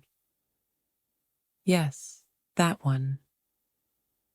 I know you can't go, but I've asked them to cater just for us. Here, in the penthouse, just you and me and Sophie. I smiled, a small, trembling, hopeful smile. Like we used to be, just for one night, to remember. David looked trapped. He looked at Chloe. She was furious. Her face was tight with anger. She was losing control. I was invading her territory. David looked back at me. He saw his wife, his sick, sad, pathetic, loyal wife, still trying, still loving him. And he was a dying man. He felt a flicker of something, pity, guilt. It was the opening I needed. Please, David, I whispered, just for an hour. For Sophie, she misses you. This was the knife, Sophie, his one remaining human connection. He sighed. It was a long, rattling sound. Okay, Amelia, he said. Okay, 1 hour. For Sophie. Thank you, I whispered. I backed out of the room. I closed the door. I leaned against the wall. My heart was hammering. The trap was set. He would not be there. I knew it. He knew it. But he had agreed. And his breaking of that promise, that would be the end. The day arrived. Tuesday, our 10th anniversary. I spent the day preparing. I had Sophie help me. She drew a picture, a crayon drawing of the three of us. Mummy, Daddy, Sophie, holding hands under a yellow, smiling sun. It's for Daddy, she said, to make him feel better. It's beautiful, baby, I said, my voice thick. This was the only hard part, using her. But it was for her. It was all for her. I would save her. I will not let this wound repeat. I took the drawing. I placed it on the dining room table. I set the table, the good china, the good silver, the candles, the flowers. A perfect, beautiful, tragic scene. The Italian food was delivered at 7. I kept it warm in the oven. 7 p.m. He was in his study. Chloe was with him. Just one more call, Amelia, he'd called out. He's talking to Hong Kong, Chloe had said, her voice smug. Of course, I'd replied. We'll wait. Sophie sat at the table, in her party dress. She was vibrating with excitement. Is Daddy coming? Is he coming now? Soon, baby. Soon. 7:30. The food was getting cold. Sophie's face was starting to fall. Where is he, Mummy? He's on a very important call. 8 p.m. Sophie was now just picking at the breadsticks. Her drawing was starting to curl at the edges. I stood up. I'll go check, baby. I walked to the study. I knocked. No answer.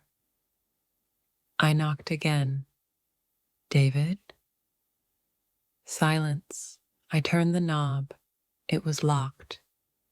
David, it's 8 o'clock. Sophie is waiting. Silence. I put my ear to the door.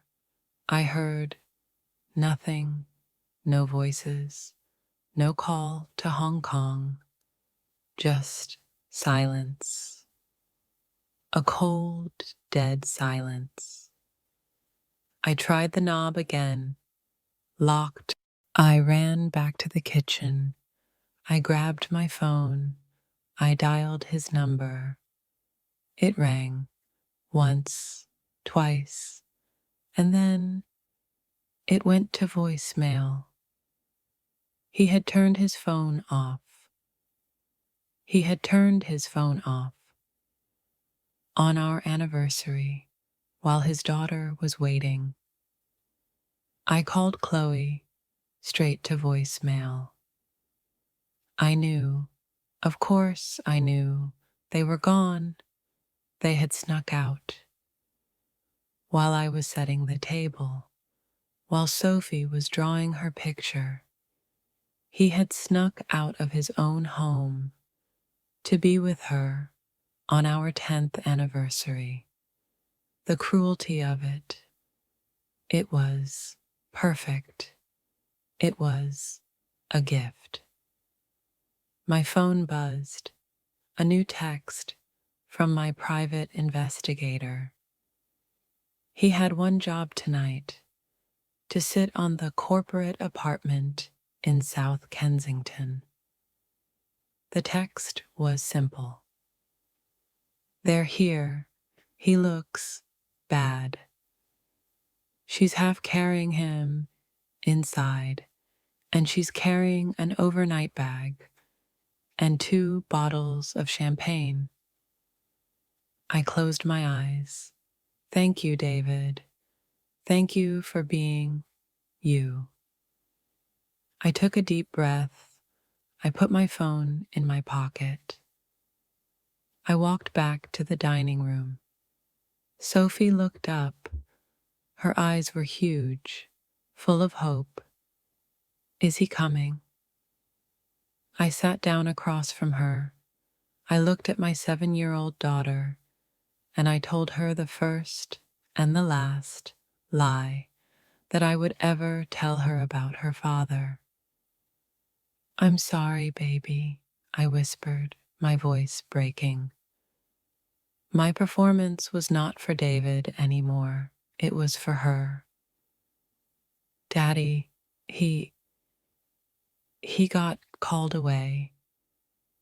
A big emergency at the hospital. The hospital? Her lip trembled. Is he sicker? No, baby, no. A friend is sick. He had to go. He is a good man. He had to go help his friend. I was painting him as a hero. Even now, one last time, for her. So she would never know. Oh, she said, her voice small. She looked at her drawing. He didn't even see my picture. I'll give it to him later, baby. He missed the party, she whispered. I know, I said. But you and we can have a party. I forced a bright smile. Just us girls. We'll eat all the pasta. And we'll have ice cream. 2 scoops. How about that? Her face lit up. 2 scoops? 2 scoops. It's our secret. I dished up the cold pasta. We ate. We laughed. We had our party. Just us girls. After she was in bed, after I had read her a story about the dragon who found his fire again, I went back to the dining room. The plates, the candles, the uneaten food, Sophie's drawing of the 3 of us. I picked it up. I went to my phone. I took a picture of the drawing. I took a picture of the empty waiting table. I took a picture of the locked study door. I bundled them with the investigator's report, with the photos of them entering the apartment, with the champagne and the overnight bag. I sent the file to Eleanor. The subject line was simple: anniversary. Then I called her. She answered. Eleanor. I see it, Amelia, she said. Her voice was cold. He's done. It's perfect. It's brutal. It's final. So we file? I asked. We file, she said. Tomorrow morning, 9 a.m., emergency petition. The judge will see it by 10. He won't even know what hit him. Good, I said. I hung up. I went to the living room window. I looked out at the lights of London, the city David thought he owned. He was in a small apartment with his intern, drinking champagne. He thought he was celebrating. He thought he was the king of the world. He had no idea that he had just lost his kingdom. He had just lost everything. The countdown was over. The morning was cold. A sharp, clear November morning. I woke up at 6. I made Sophie breakfast, oatmeal with raspberries. I braided her hair. I walked her to the school gates, the rituals of a normal life. I love you, Mummy, she said, hugging me tight. I love you more, baby, I whispered, kissing her head. She ran inside, her small backpack bouncing. I watched her until she was gone. I turned. I did not go home. I went to Eleanor's office. At 9 a.m., I was sitting in her conference room. A team of 5 lawyers, all in dark suits, stood with me. "The petition has been filed, Amelia," Eleanor said. "It's in front of Judge Atherton. He's efficient. He dislikes public scandal, especially with high net worth families. He will move fast." "What does that mean?" I asked. "It means he has signed the temporary order. He's dispatching a court officer to serve your husband, and he has set an emergency hearing for this afternoon, 2 p.m. Today?" My heart hammered. "Today. He wants this contained. Now we have 5 hours. Our team is already at the company's HQ, serving the board. They are being informed of the emergency conservatorship. They'll be cooperative. They don't want this to be a media circus. They'll accept your seat." "And David?" Eleanor looked at me. Her face was grim.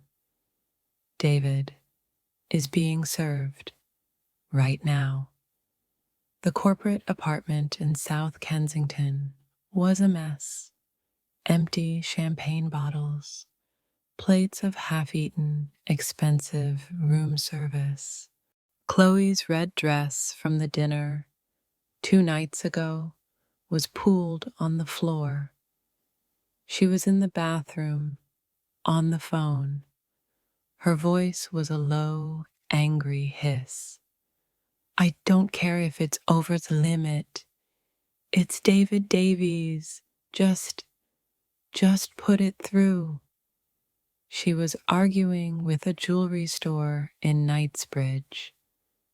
A 3-carat yellow diamond. She had earned it.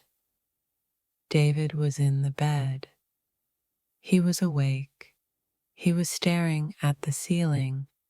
The pain was a living thing. It was a fire inside his bones.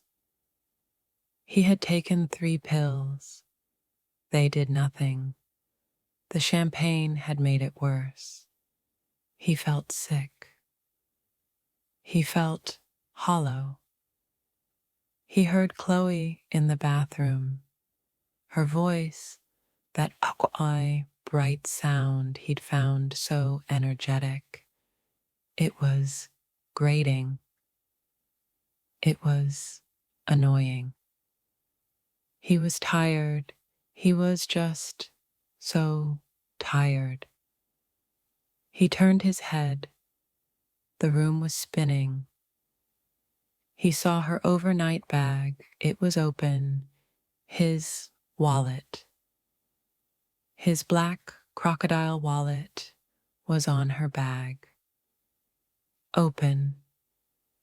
His corporate Amex was gone.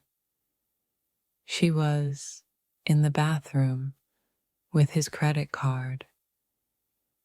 A cold, slow realization. It wasn't stress. It wasn't support. It was. He couldn't form the thought. It was too ugly. Knock, knock, knock. A loud, sharp, official knock on the apartment door. Chloe came out of the bathroom, her phone in her hand. "What?" she snapped. "Knock, knock, knock." "Are you expecting someone?" she demanded. "No," David rasped. Well, go answer it. I'm busy. She went back into the bathroom. David grunted. He pulled himself out of bed. His silk pajamas hung on his skeletal frame. He was dizzy.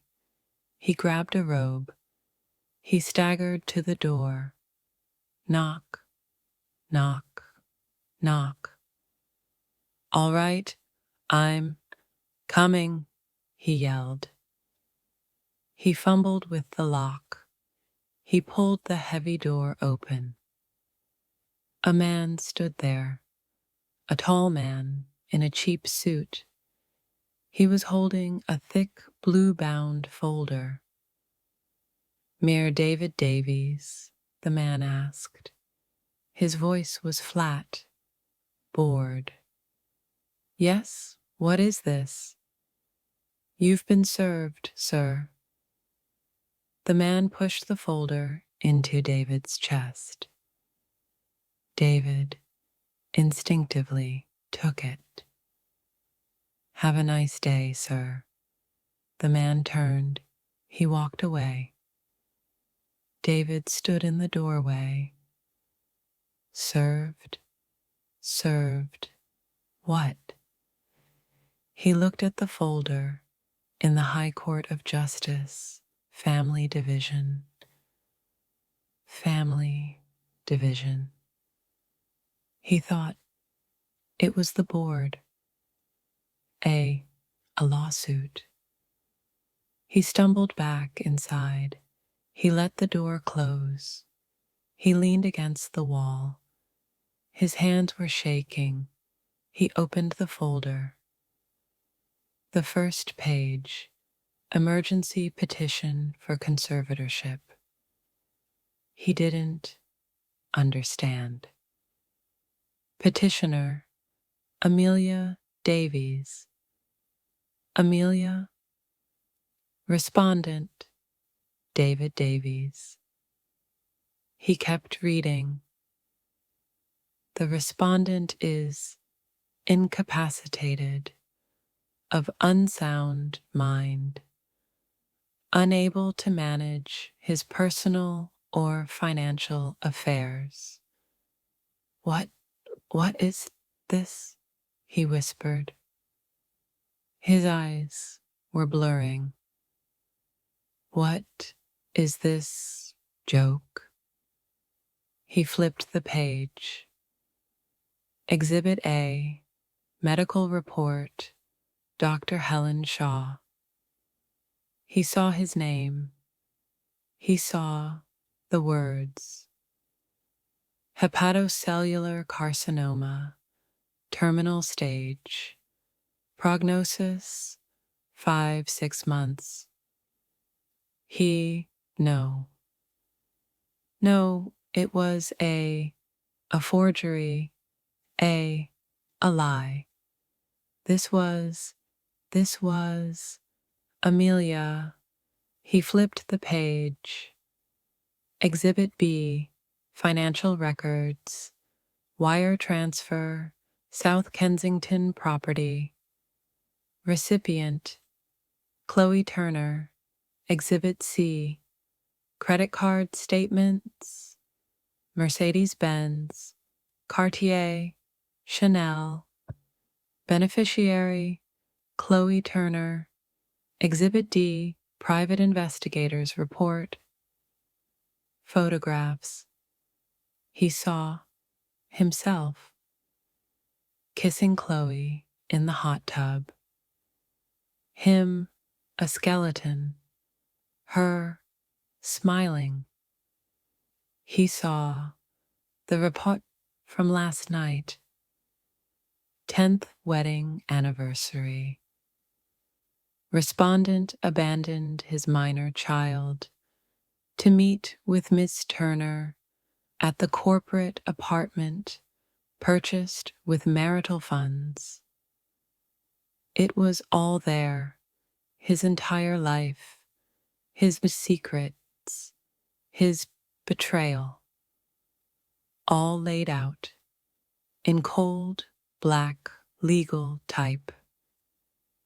He looked at the first page again. Petitioner, Amelia Davies. Amelia. And then he remembered the dinner that night.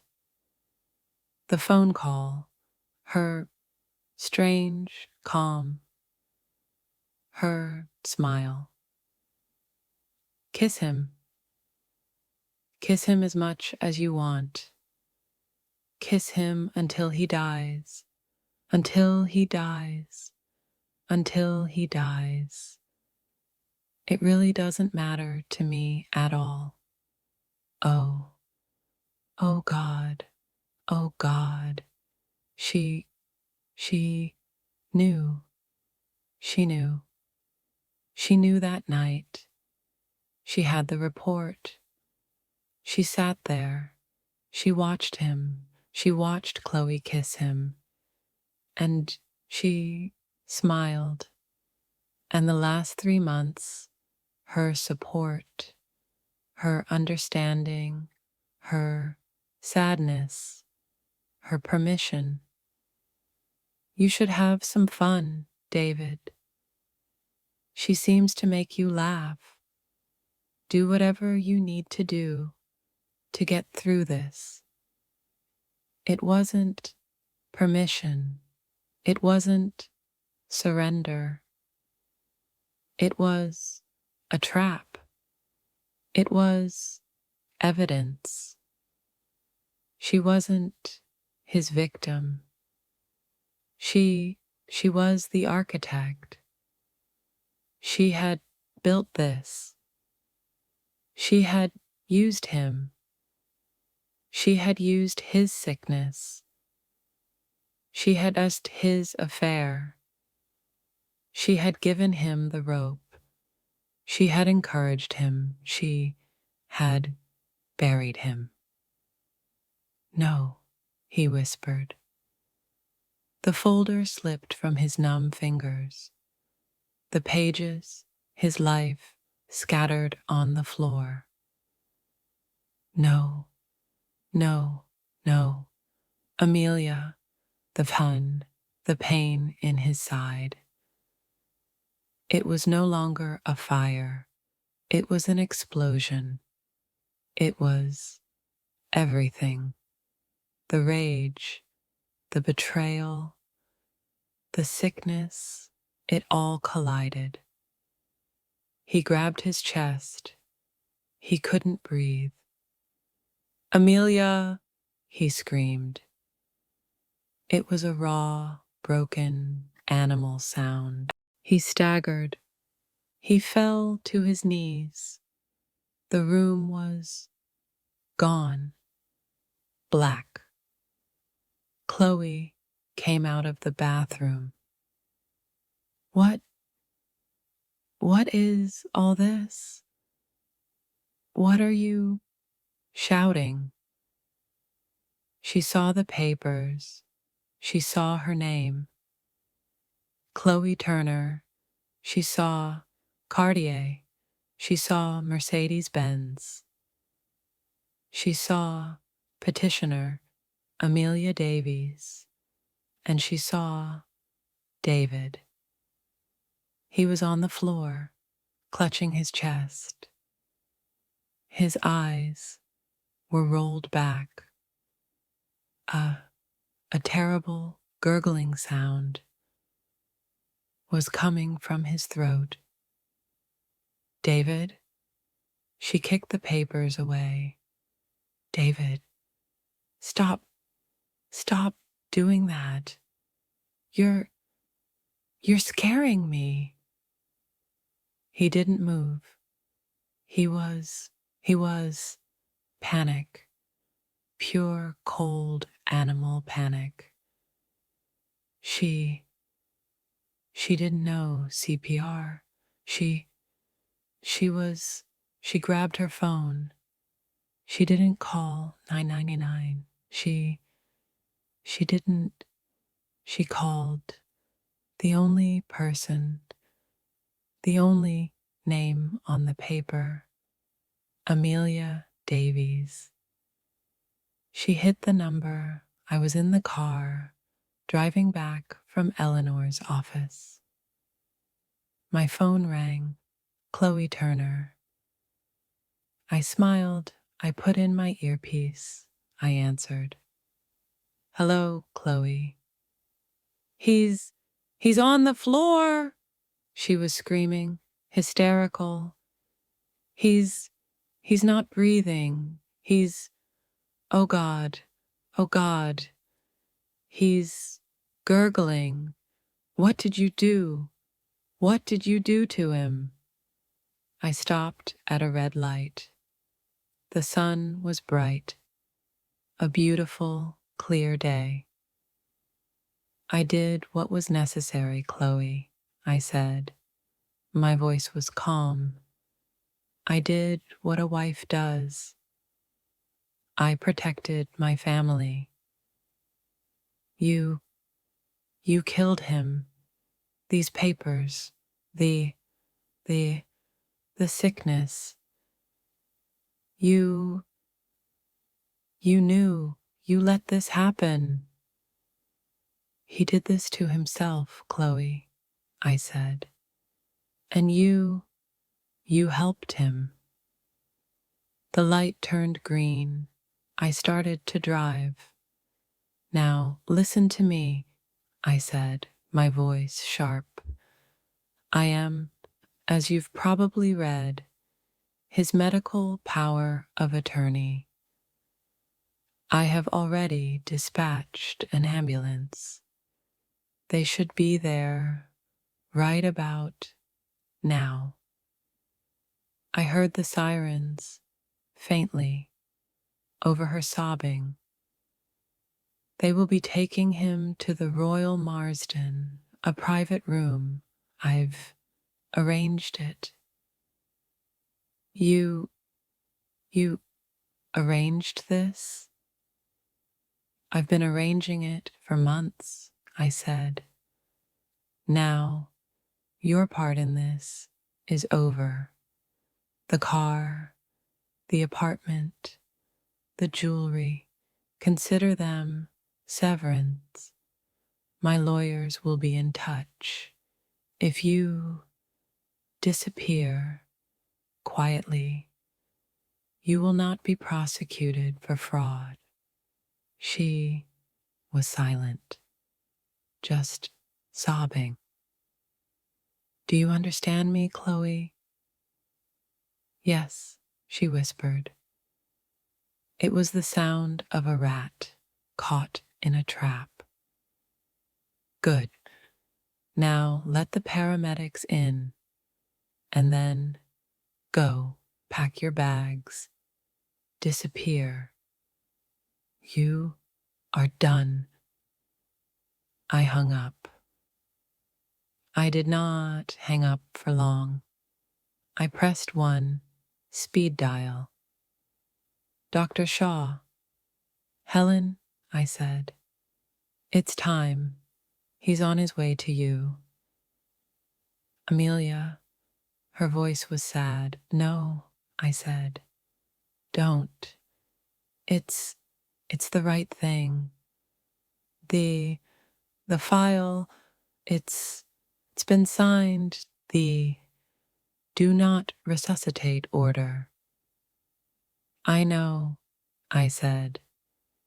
Palliative care only, Helen. Make him comfortable.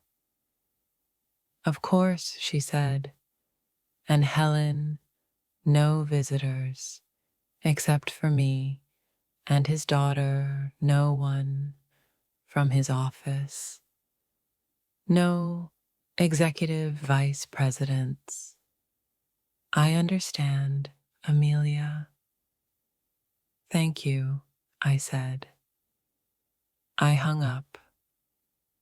I pulled the car over. I was trembling, not from fear, not from sadness, from release. It was done. The countdown was over. The war was won. I looked at my hands on the steering wheel. They were steady. I put the car in gear. I drove home. I had to be there. When Sophie got home from school, I had to make snacks. A normal day, a normal, beautiful, perfect day. I picked Sophie up from school at 3:30. Her face was bright. "Did we win the game, Mummy?" I had told her we were playing a quiet game to help Daddy. "Yes, baby," I said, buckling her into the car seat. "We won." "What's the prize?" she asked. "Freedom," I said. She didn't understand. That was the entire point.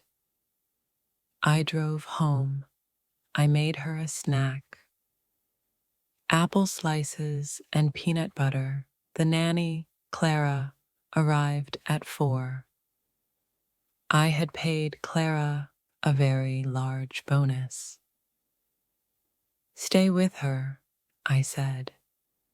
"Read her stories. Build a fort. Do not turn on the television. Do not answer the door. I will be back later." Clara nodded. She was on my team. I went to my bedroom. I changed out of the mummy clothes. I removed the soft cashmere sweater. I put on my armor, a black, sharply tailored dress. It was the dress I had worn 5 years ago when I told David I was giving up my partnership. The dress I wore when I surrendered. Today I was wearing it to claim my victory. I put on my heels. The sound they made on the marble floor was a sharp click, click, click. It was the sound of a clock. It was the sound of a gavel. It was the sound of the end. My first stop was not the hospital. My first stop was the company. His kingdom. I walked into the lobby. The vast glass and steel cathedral he had built. The receptionist looked up, startled. "Mrs. Davies, Mr. Davies is not in." "I know," I said. I did not stop. I walked straight to the executive elevator, the one that required his key card. I used my key card. Eleanor's team had activated it 10 minutes ago. The elevator doors opened. I stepped in. I pressed the button for the 50th floor. The boardroom, the doors opened. They were waiting for me, and the board, 6 men and 2 women, all in dark suits. All looked terrified. They had seen the petition. They had seen the medical report. They had seen the expenses. They had seen Chloe. They were not sad. They were embarrassed. And they were afraid. Afraid of the scandal. Afraid of the stock price. Afraid of me. James, the CFO, stood up. He was the one who had joked about Chloe. "Amelia, Mrs. Davies, this is a terrible tragedy. We are all devastated." He was lying. He was relieved. It is a difficult situation, James, I said. I walked to the head of the table, to his chair, the large black leather throne. I did not sit in it. I stood beside it. I placed my hands on its back. You have all seen the court order, I said. My voice was not loud, but it filled the room. Mr. Davies is incapacitated. He is not of sound mind. He has not been of sound mind for some time.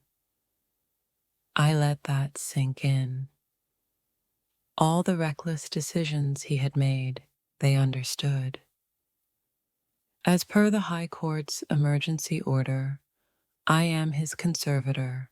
I am his wife. I am his power of attorney. I now control his assets, his estate, and his controlling shares in this company. The room was completely silent. No one breathed. The company is vulnerable, I continued. This merger is delicate. It cannot and will not be jeopardized by salacious gossip or by instability. I looked at each of them, one by one. As of this moment, I am taking Mr. Davies's seat on this board. A new member started to speak. Mrs. Davies, with all due respect, this is highly irregular. We need to vote.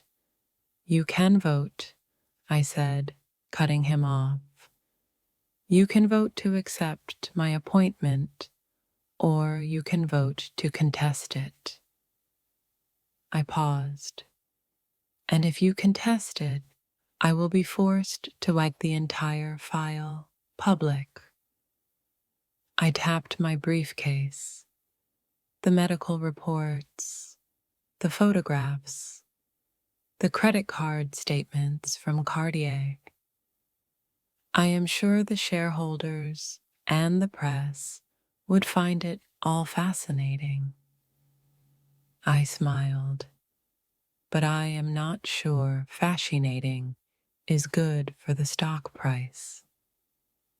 James, the CFO, turned pale. He looked at the dissenting member and shut him down with a glare. Amelia is right, James said. We welcome her. We need continuity. We are grateful that she is stepping in during this difficult time. He had surrendered. A vote, I said, for the record. All in favor of Mrs. Amelia Davies assuming the board seat of Mr. David Davies. 8 hands went up slowly, but they all went up. It was unanimous. Good, I said. I did not smile. Now, the merger. James, tell me about the Hong Kong projections. I believe my husband was being overly optimistic. I sat down in his chair. It was comfortable. I was home. The fire was back. I was the dragon. I spent 2 hours in that boardroom. I tore their projections apart.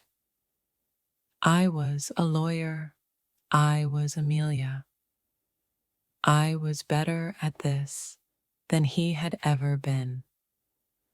When I was done, they were not afraid. They were impressed. We will table the merger, James said. Pending your review, Mrs. Davies. You will do that, I said. I stood up. Thank you, gentlemen. Ladies, I'll be back tomorrow at 9. I walked out.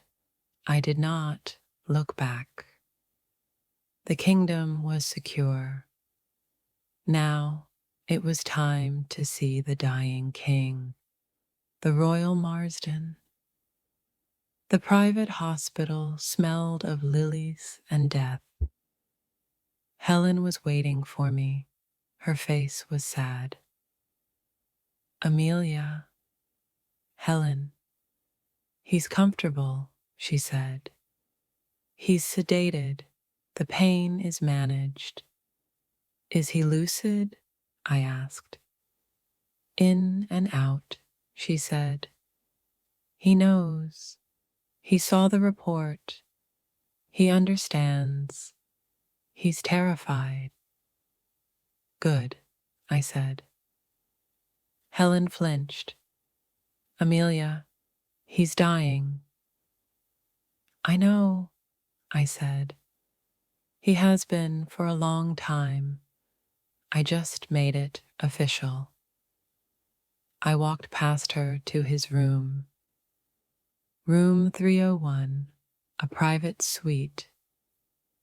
I had paid for the best. I paused at the door. I took a breath. This was the final act. I pushed the door open. The room was dark. The only light came from the machines, beeping softly. He was in the bed. He looked small, a tiny thing in a large white bed. He was not my husband. He was not the CEO. He was a skeleton.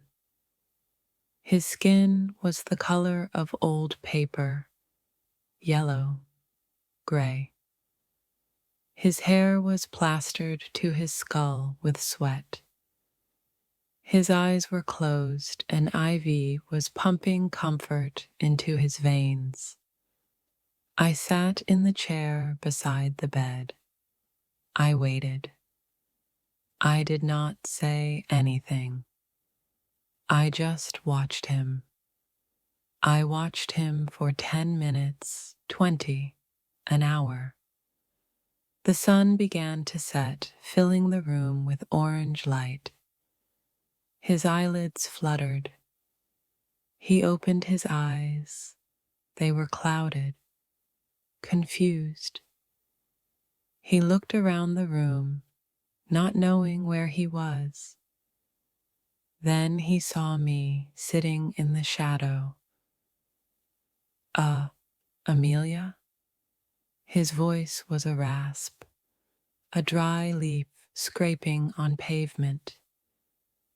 Hello, David, I said. My voice was clear, calm. He stared at me, and then he remembered. The papers, the apartment, the sickness, the dinner. Kiss him until he dies. His face crumpled, not in pain, in rage. You, he hissed. You, bitch. He tried to sit up. He couldn't. He was too weak. You knew, he whispered. You knew all along. Yes, I said. That night, at the restaurant, you knew. Yes, and you watched me. You let me. You encouraged me. I gave you what you wanted, David, I said. You wanted her. You wanted to be adored. I let you. You poisoned me, he gasped. No, David, I said. Your body did that. Your choices did that. I just let them. My money, he panted. My company.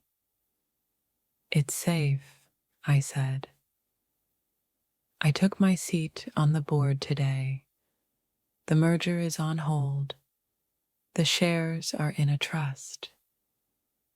A trust. For Sophie, I said. You stole it. No, I said. I leaned forward. I earned it. Every night I waited for you. Every dinner I faked. Every lie I swallowed. Every time you looked through me. I was your partner. I just collected my share. He stared at me. The rage was gone. It was replaced by something else. Fear. Pure, cold, final. He was alone. He had nothing, no power, no money, no Chloe. Where? He whispered. Where is she? Gone, I said. I gave her a severance. She took it. She was not as loyal as you thought. She loved me. She loved your Amex, David. He closed his eyes, a tear. One hot, angry tear rolled down his yellow cheek. He was not crying for me. He was not crying for Sophie. He was crying for himself. He was alone. Amelia, he whispered. His hand, a skeleton's hand, moved across the sheet. Please, don't leave me. I'm afraid. He was begging, the king, the CEO, the tyrant. He was begging me. The fishwife. I looked at his hand. I did not take it. I'm not leaving you, David, I said. I'm releasing you. I stood up. I am going to get Sophie. Sophie, she needs to say goodbye to her father. I walked to the door. No, he whispered. Don't let her see me like this. I stopped. I looked back at him, this broken thing. She will not see this, I said. She will not see the monster. She will not see the liar. She will not see the man who broke her mother. She will just see her daddy, who is very sick, who loves her. She will grow up, and she will miss you. She will not hate you. She will not be afraid of men. She will not expect betrayal. She will not become me. I paused. That, David, is my final gift to you. It is her inheritance, the one I am giving her. I opened the door. I broke the cycle. I walked out. I left him alone in the dark with his fear and his comfort. I went home. The penthouse felt empty. It was no longer a cage. It was just a property, an asset to be liquidated. Clara was in the living room, building a fort out of sofa cushions. Sophie ran to me, her face bright. Mummy, we built a castle. It's beautiful, baby, I said. I knelt and held her, burying my face in her hair. She smelled like apples and safety. Clara, I said, looking up. Thank you. You can go home now. Clara nodded. Mrs. Davies, is everything? Everything is fine, I said. I smiled. She understood and she left. I turned to Sophie. Baby, I need to talk to you. It's about Daddy. Her face fell. Is he still helping his friend? The lie, the last lie. It was time to amend it. Daddy's friend is very, very sick, I said. And Daddy, he got sick too, from helping so much. Is he sick like Grandmama's cat, Whiskers? Whiskers had died last spring. We had buried him in the garden. Yes, baby, I whispered. He's sick like Whiskers. Her eyes filled with tears. Is he going to go in a box? My heart broke. He's very, very tired, and he's in a hospital, a place for sleepy people. Can we see him? She asked. Yes, I said. We are going to see him now. We are going to say goodbye and to tell him we love him. Can you do that? Can you be a very brave girl? She nodded, her small face serious.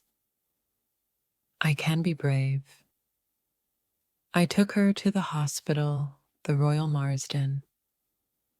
It was night now. The hallways were quiet. I had asked Helen to make it peaceful. All the machines were moved or silenced. The room was lit by one soft, warm lamp. David was asleep, or somewhere close to it. He was breathing, a shallow, slow breath. Sophie gripped my hand. He's so skinny, Mummy. He is, baby. He's very tired. I walked her to the bed. You can touch his hand, I said. She reached out her small pink hand. She placed it on his gray, skeletal fingers. Daddy, she whispered. His eyelids fluttered.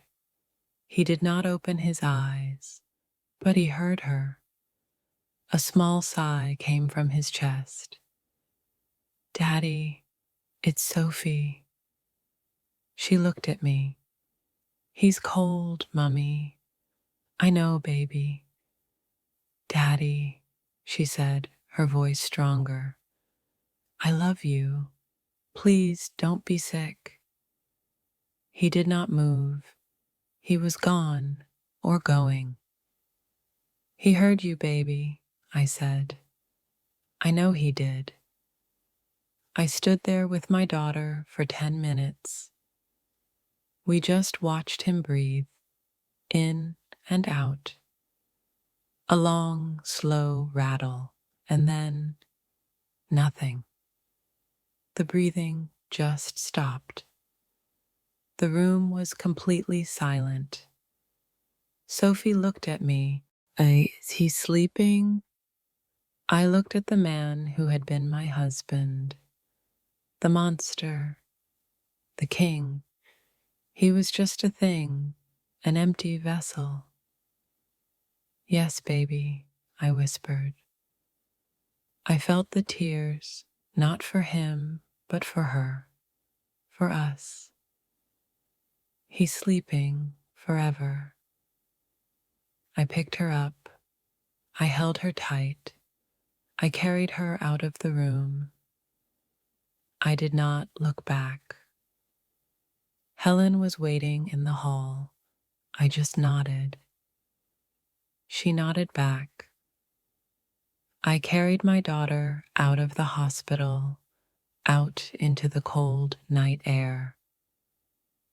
It's over, Sophie, I said. It's all over. The funeral was small, private. The board members came.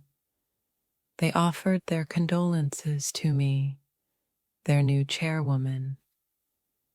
James was very respectful. Chloe was not there. She had disappeared. The Mercedes was gone. The apartment was empty.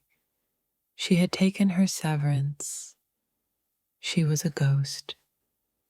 Sophie held my hand. She placed her drawing on the casket, the one from the anniversary, the drawing of the three of us, smiling under a yellow sun. "Goodbye, Daddy," she whispered. I watched the casket lower into the ground. I felt nothing, no sadness, no anger, no victory, just quiet, a profound and total silence. The war was over, the king was dead, and I was free. 6 months later, the London penthouse was sold. The art was sold. The cars were sold. The company was stable. I had not sold it. I was running it from a distance, from a new place. A small house by the sea in Cornwall. The house my parents had left me, the one David hated. The one he said was damp. It was not damp. It was warm. It smelled like salt and wood smoke and peace. I was in the kitchen. It was morning. The sun was streaming through the window. I was making pancakes. Sophie was at the table. She was drawing. She was 8 years old now. She was happy. She was light. The shadow was gone. "Mummy," she said, "is Daddy a star now?" I flipped a pancake. I looked at her. "Yes, baby," I said. "I think he is." "Is he watching us?" I brought the plate over and put it in front of her. I sat down. "I think he is," I said. "And I think he is very proud of what a brave and wonderful girl you are." She smiled. She started to eat. I looked out the window. The sea was blue, a bright, endless blue. The sound of the waves was a gentle pulse, a new heartbeat. I took a sip of my coffee. It was hot and strong and mine. I thought about the story, about David, about Chloe, about the betrayal. They say the truth sets you free. Sometimes it doesn't. Sometimes truth is just a weapon. David's betrayal was his choice. My silence was mine. He couldn't be stopped from hurting me, but I could stop the cycle. I could stop the pain from passing to the next generation. For her. I looked at my daughter. She was laughing. She had syrup on her nose. The silence is finally broken. And we are free. I smiled. I reached across the table and wiped the syrup from her nose.